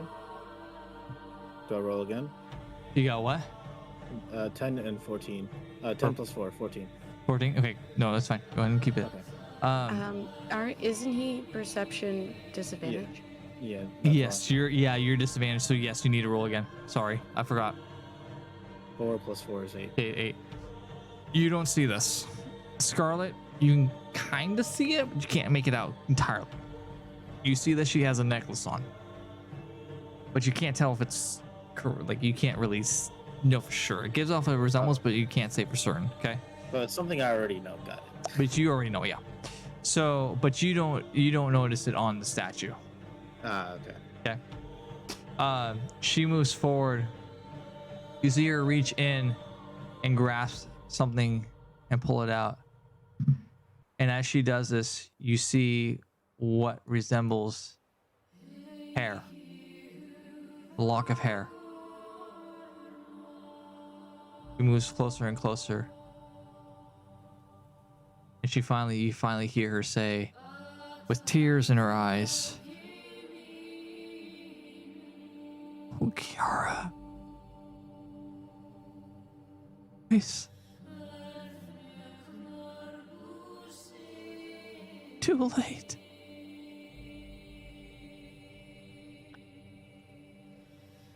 Excuse me, but do you know my husband? Joyce? She turns around, and as she turns around, you see the eyes. They have a very, very identical resemblance of Thois. I'll probably cut it here and say, looks like we have much to talk about, and much of it cannot be discussed out in the open. Follow me. We'll discuss over there. I lead him to the guild house. Okay. Come along, Thea. So you all Don't forget to go. put your. Oh, Go ahead. No, go ahead. Thea, don't forget to put your flowers there for Dad. Thea kind of runs back towards the statue and then back towards you. And she grabs you in the hand. Too. I'm sorry. I was gonna say, don't forget the prayer too. Oh, Oh, my bad. She runs back. While Thea runs back, I also bow down and pay my respects. Okay. So you walk over and pay the respects. Arya kind of walks ahead of you all. She finally just collapses by the doorway. Once I'm done, I told them to follow me while going over to Arya. I pick her up and carry her to the guild hall. Okay. You start to make your way towards the guild house. and you finally get to the guild house, and you come into inside of the temple stairs. So you got this temple stairs. You make your way up. You finally get into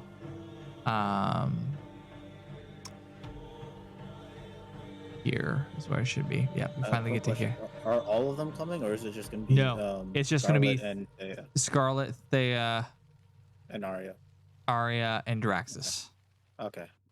are the only ones that are coming at this point in time. All right. I asked if Arya's okay to stand on her own before I let go of carrying her. She kind of wipes her eyes, stands up, and continues to walk. You finally get to the temple inside. You're in there. You talk to the guild master, tell him you've reported. And now you and Scarlet, the queen, Draxus,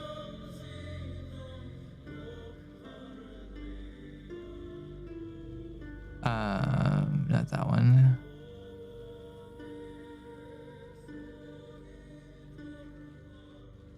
Draxus and Arya are in the room. So Thea's not here. Thea's here, but she's like off in the side, like she's doing her own thing. So she's not next to you guys right now. I just want to make sure if I can get someone to, like keep an eye on Thea, but keep her not relatively far away, but close, but not close enough to hear the conversation. Yeah. You can do that. Yeah. So you talk to a person that comes in through, and she's like, I got her. I got her, master. Thank you. Come on, come. Scarlet, you see this guild master or guild member grab Thea's hand, kind of escorts. She looks back at you. She'll be fine. I got her. Okay. Has she eaten yet? She actually hasn't. If you don't mind, I really appreciate it. She kind of looks down at her and go, how would you like some soup? That sound good? I like soup. Can I have soup, Mommy? Please? As long as you use your manners, my dear, yes, it's fine. Come on. They seem like safe people. Come on, dear. Come on. She takes her to the kitchen. And then you hear in the distance that she goes, finish your soup. I'll get you some sugar bread. We make a really good sugar bread here. Thank you. So Thea walks off. And you are now alone. Yep. In this room with Draxus, Thea, or Draxus, Arya, and Scarlet. I'll pretty much try to like get a form of a circle, and then I suggest everyone take a seat, because what I'm about to do, it's gonna be hard to digest. But I hand over the parchment paper to Scarlet.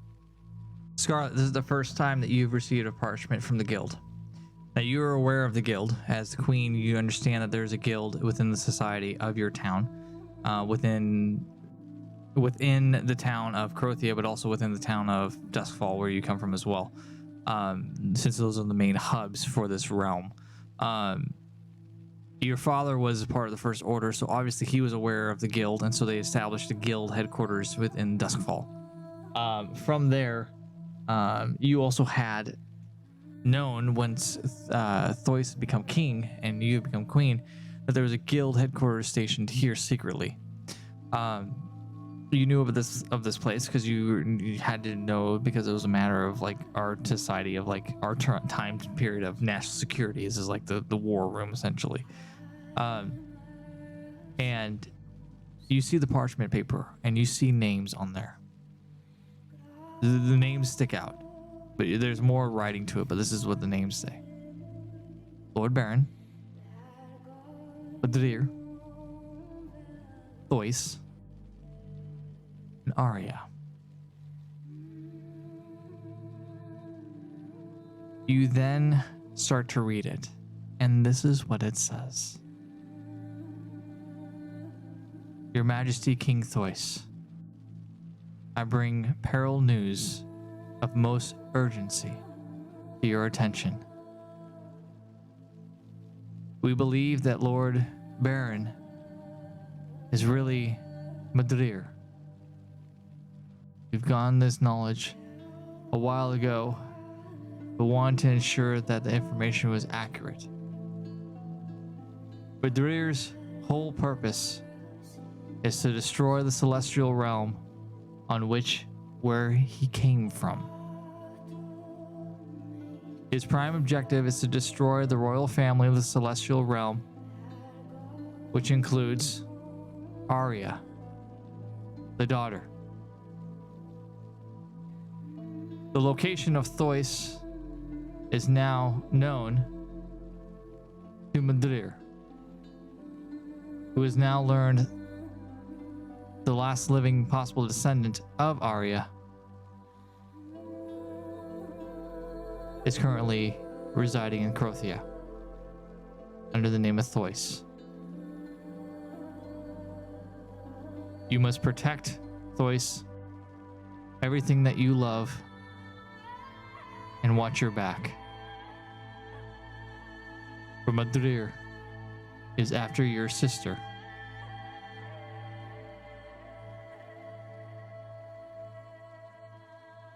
Take heed this warning. Prepare. And watch your back. Signed, the Sacred Order.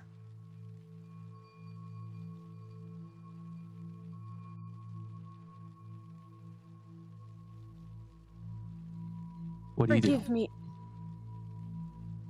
So I close up the parchment.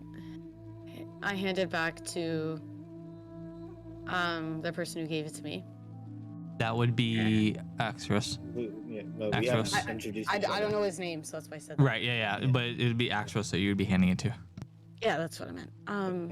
Yeah. I receive the parchment back. That was a little too late. He's gone. But who's Arya? I've never heard of an Arya before. Arya, please introduce yourself.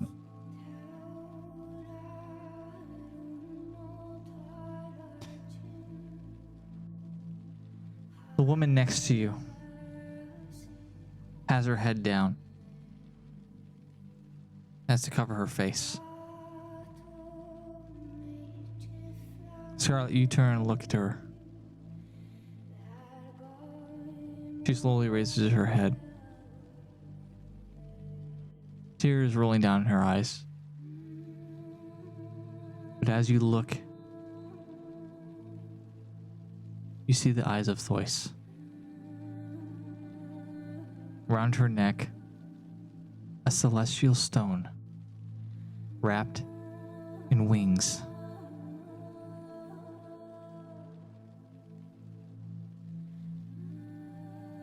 And you hear her speak in a celestial words, or a celestial tone per se. My name is Arya,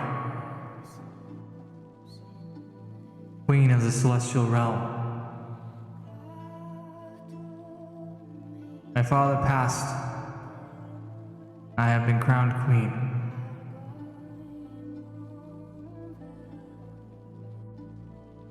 He looks at you, trying to find the strength and the words to say it.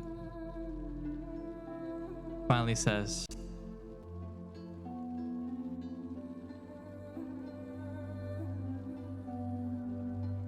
I'm Thois' sister.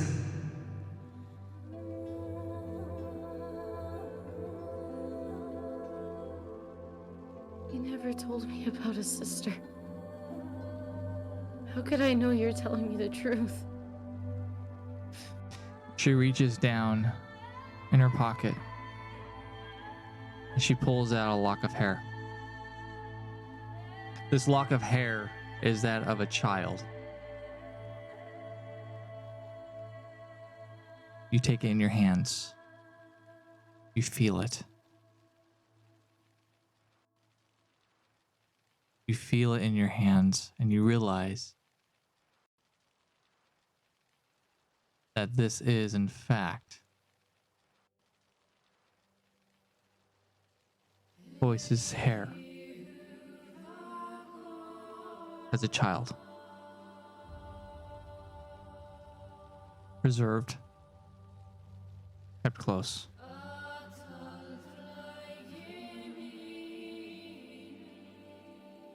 The last thing that you have felt of him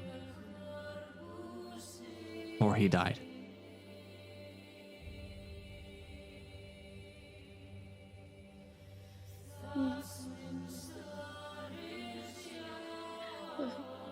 It's been so long since I felt him. It's been too long. He told me he'd come back. He's missed so much. But I'm concerned. If I may, Arya, if you are indeed Luis's sister.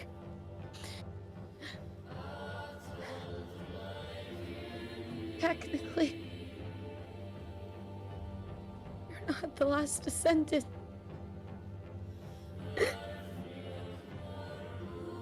You all of a sudden see Thea run around the corner. Stop. And she looks at you as you are crying. And all of a sudden, her eyes glow blue.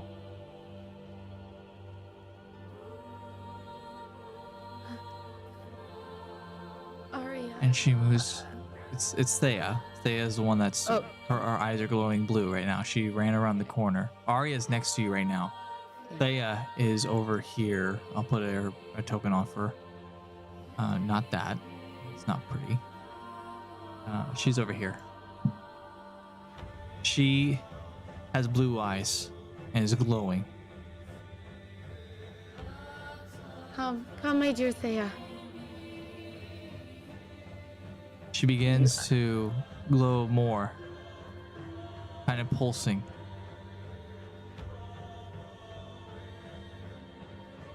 Do I sense a hint of danger or no?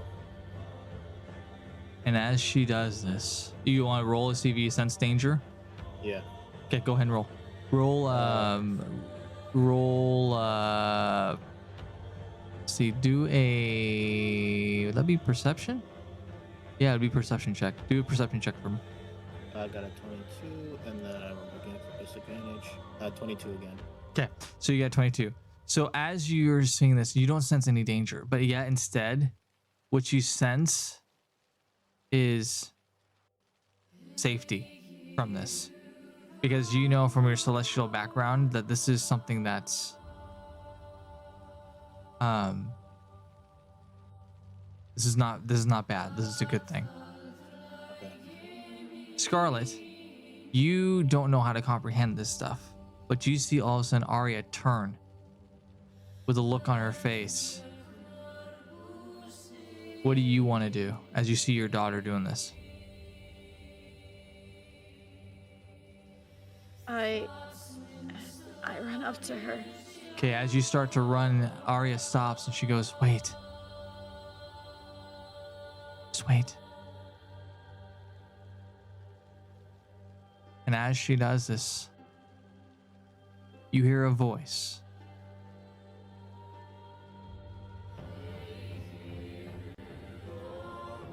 Scarlet.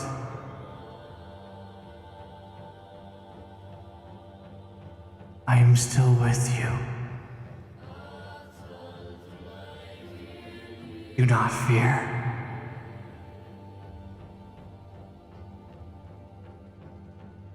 Trust and believe. I'll try my best. I'll try my best the light of my life.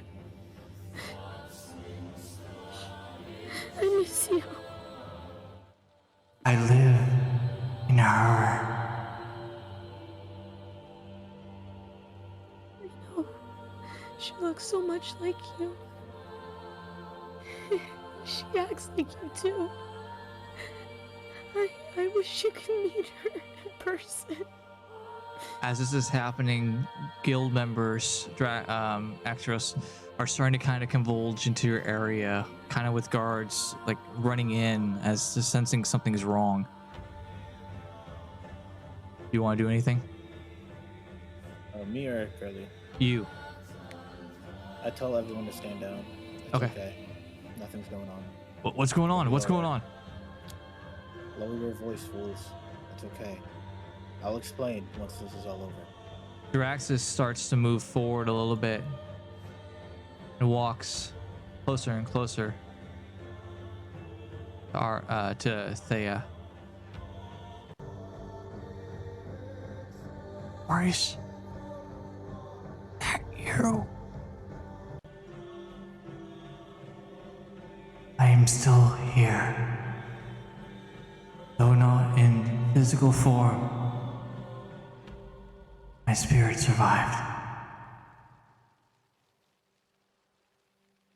My goodness. I don't know for how much longer. Know that I am always with you.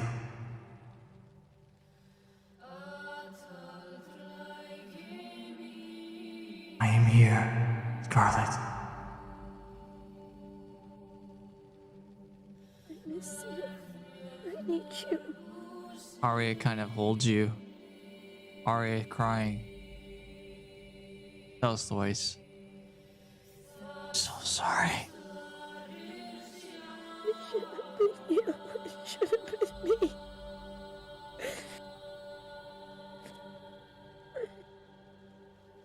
Come with me. Hey, Scarlet. Arya kind of walks you off. Would you like the hair back? I apologize. Would you like it back? Oh dear. You hold on to it. You both walk off to the side here. Axios, you and Draxus are up front with Thea, who is still suspended in the air with eyes glowing blue. Master Axros, it is good to see you. Good to see you too, Your Highness. How have you been? I've been better.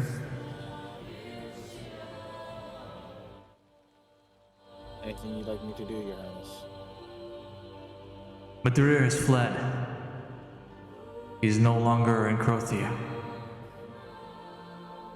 You must search to the north. Across the ocean. There you'll find a guild master who has already prepared your arrival. Understood, Your Highness. Anything else? You must report to the town.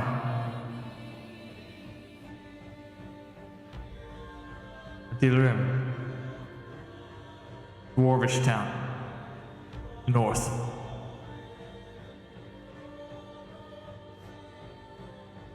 Report to the guild master there. Goes by the name of Photag Boulder Thing.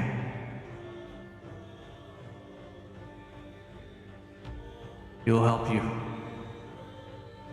Understood, Your Highness.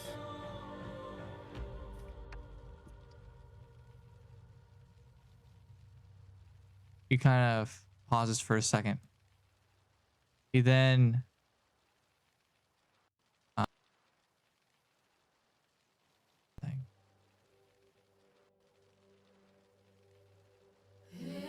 I have one more favor to ask.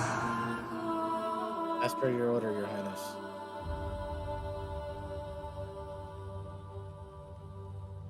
Need you to watch over Scarlet. Understood. And the child? Yes. They are both weak right now. I need your assistance. As per your order, Your Highness, I shall watch over and protect the child and Scarlet. Don't fail me. I don't plan to. You're all I have left.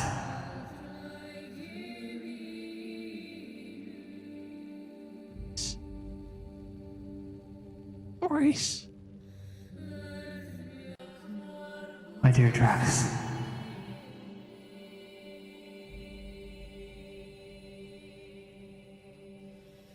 It's okay. Teach Thea the ways of the druid. The ways to hunt.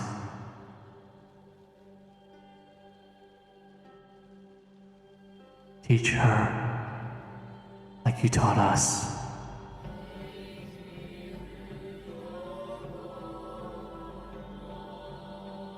At this point, Scarlet, you see Thea slowly start to come to the ground. Draxus moves up and catches her along with Extros. And you and Arya make your way back over to her. I did. Perhaps. I hope Thomas is proud of me.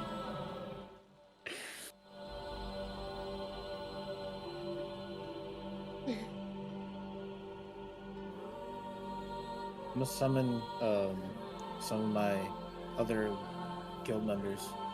Try to Okay. escort them to a room to, give them some rest. Give them some time to chill out. Yep. And then probably also take the child along with them. And then make sure they both get properly rested before we talk anymore. Okay. So they go off. You and Drax are in the room now. And Drax looks over to you. Now stands a little bit more solider.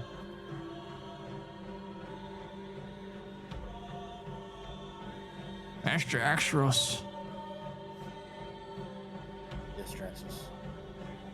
I believe I should actually introduce myself.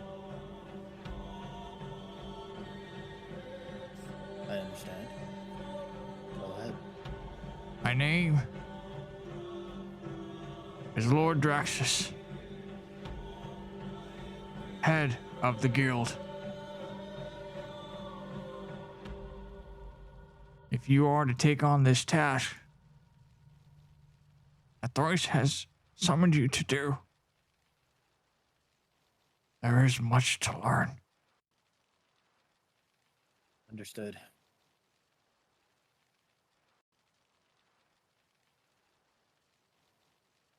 Very well. There we go. Go. Let us get you some rest. Looks like it's been a long day for everyone. Yes. The other guild member, the guild master that was not there, finally runs in. He looks at you and him and he goes, Lord Draxus. It's good to be in your presence once again, sir. Yes. As is my presence is wanted and warranted in this time.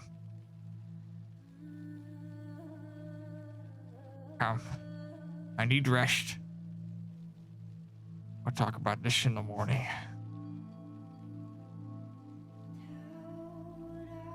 at this point, Draxus, Axrios, the other guild master, walk off.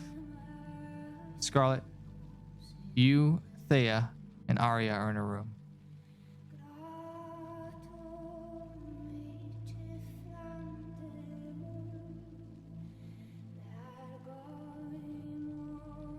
Okay. So,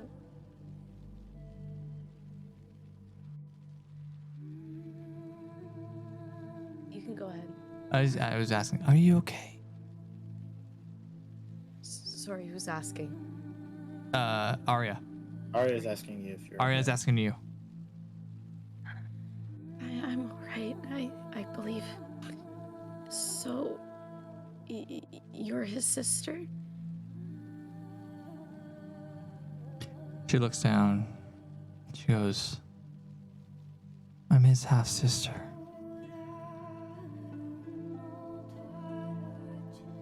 As his wife, I believe he told you that he was half blood.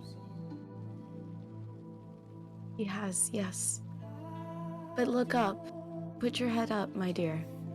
Be proud that he is your half-brother. He's dead because of me. No, Arya.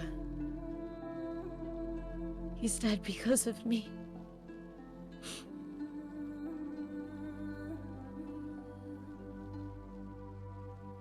Madrir was the one who was targeting me. He killed my parents in front of Thois.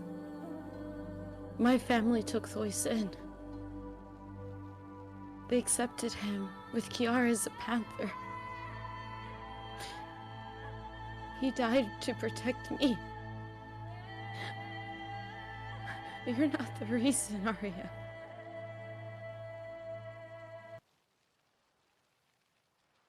We're the ones that casted him out.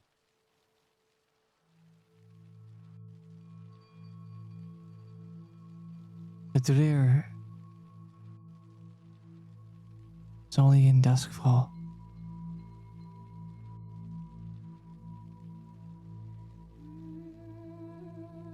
Because my father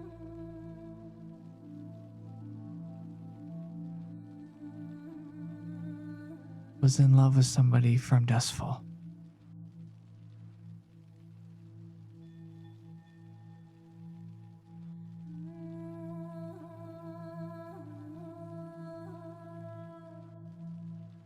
That's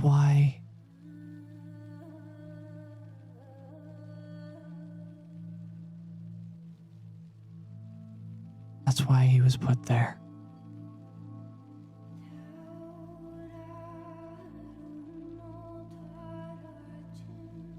The woman that my father loved was brought up.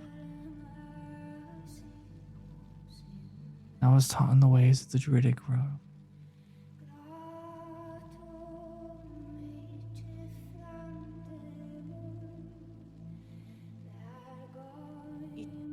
He taught you too? Your father? Father loved a woman in Duskfall.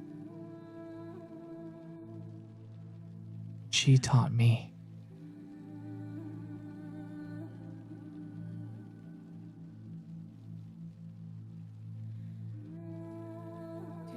Do I know that person? You know of a person that's disappeared.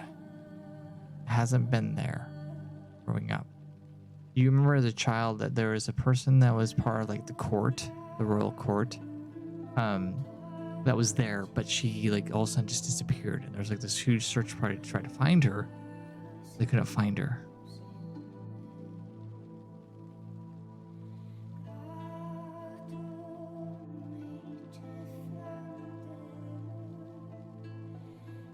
She taught me.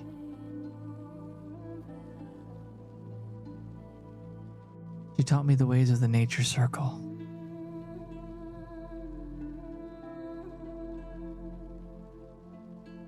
Ways to be one nature.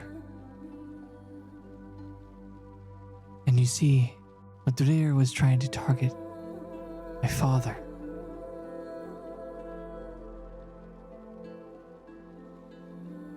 And he was coming after me.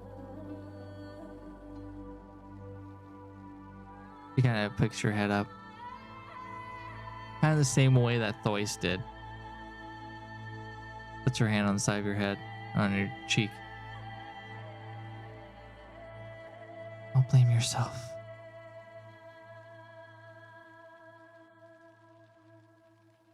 Thea kind of slowly starts coming to a little bit. She is tired and goes kind of happened. What happened? Mom? Come, sweetheart. This. So, this is Arya, Thea. This is your aunt. It's so nice to meet you, Thea. I've heard so much about you. Do you have wings like my daddy did? She kind of kneels down. She goes, as a matter of fact, I do. She kind of wipes a tear away from her eye. Takes the necklace off of her neck and she looks at you, Scarlet, and she goes, may I? Of course, of course. Looks down, smiles at Thea. Here you go. Your father wore one. Just like your mother did. Yeah, Auntie Arya. Yeah, Mommy told me lots about him, and how he was brave, and he protected Mommy, and he protected everyone else. And I think Mommy said too, he also had wings. You're beautiful.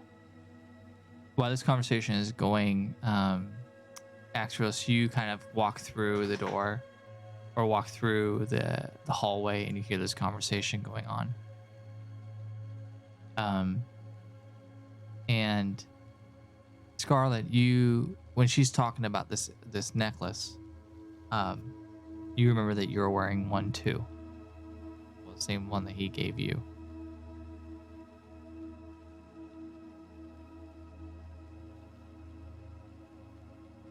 Oh,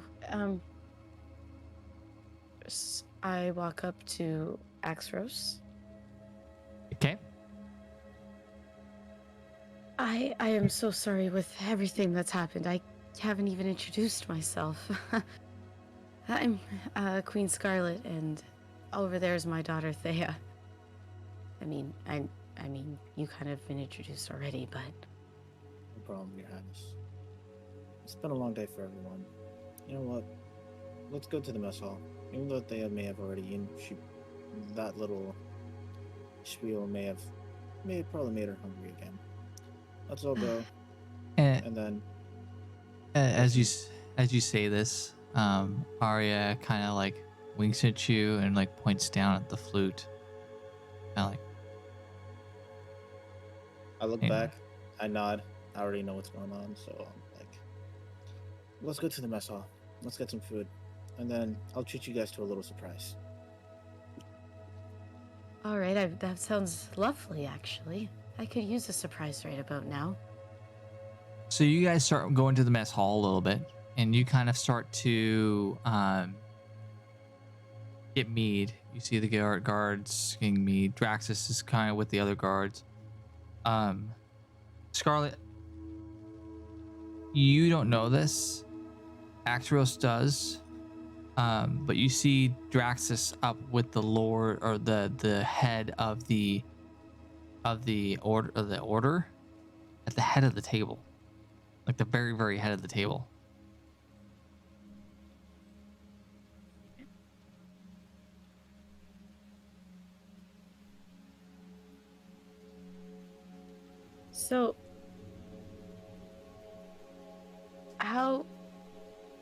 So, what are you from exactly? Where are you from? And I'm talking to you, Axros.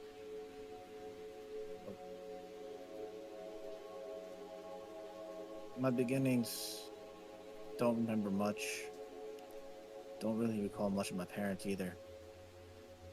Only thing I know mostly, for the most part, I've been raised by the guild for a very long time. But that's all I know. Don't have any regrets. not really worried. It is what it is. But enough of the sad topic. Let me... I walk up to the stage. I summon some other instrumentals or players for instruments. I'll pull out my flute. And then this time, I'll play something from a mix of from the celestial, druid, elvish side of things. Okay. Same one. So you notice, and Arya kind of looks at you and she nods in a way of telling you, like, play that one again. Play that one. And then I just roll a performance, or... Nope, I'm gonna have you just go ahead and do it. Yeah, okay. Okay. You begin to play, echoing off the walls. Raxus, at the head of the table, stops, looks over. Thea looks on, swinging her legs as she can't reach the bottom of to the ground because the benches are a little too high for her. So she's just kind of sitting there, swinging her legs a little bit as she's eating. Thea is doing that, and Arya and Scarlet kind of sit next to each other. Arya kind of looks over at you, Scarlet, and goes, "What was he like?" Who? Joyce? My brother. Oh, Arya. He was an amazing man. He was very protective, very noble, very loyal person. Ever since I was born, he always protected me, always.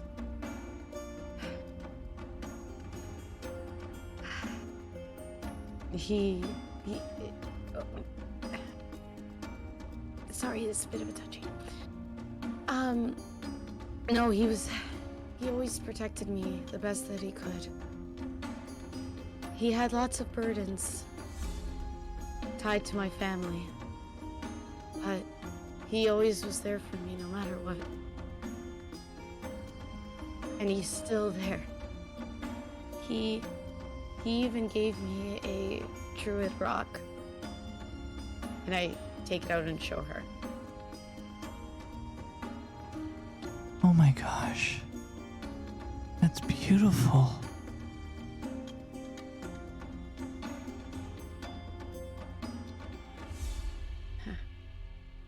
Yeah, he always tells me he's always near, and always tells me to hold it close.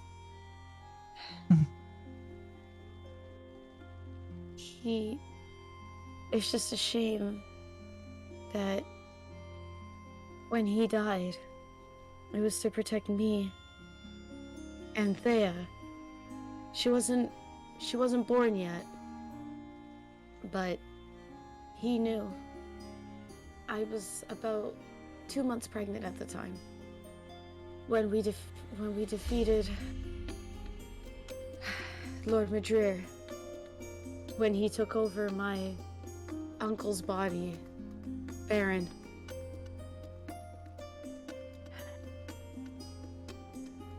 The enemy druid clan were the ones that captured me when I was 14. I remember being carried by the troll leader, and Thois, a young Thois, I would say about 18, 19 years old, running hard and fast on Kiara, trying to rescue me. But they couldn't keep up with them.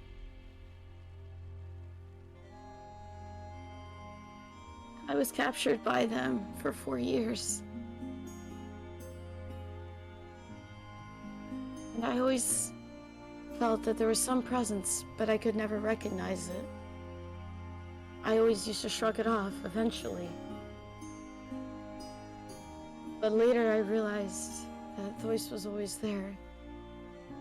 with my family as well. He's always been there for me, as have I been there for him. Sounds just like my father. Sounds like a wonderful man. Oh, Arya, you would have loved him. He would have been an excellent father to Thea. She looks exactly like him, in every way. At this point, laughter fills the air as they finish the song after a cheering noise, a roaring noise of how beautiful and wonderful it was. Some time goes by, and eventually come to the point where it's time to return home. The order members return back to their chambers. Axios, you stay at the guild headquarters. Draxus is there with you. Mm-hmm. Thea and Scarlet stay at the go home castle. And Thea and Arya follows suit. It's the point where everyone is in a point of preparing for the next day. Everyone turns in for the evening and relaxes after a very, very long and eventful day. Actually, so you meet up with Draxus, go over the plans, what needs to be done, and you remember the words that Thois told you. At this point, we're going to end your spirit walk for tonight. All right.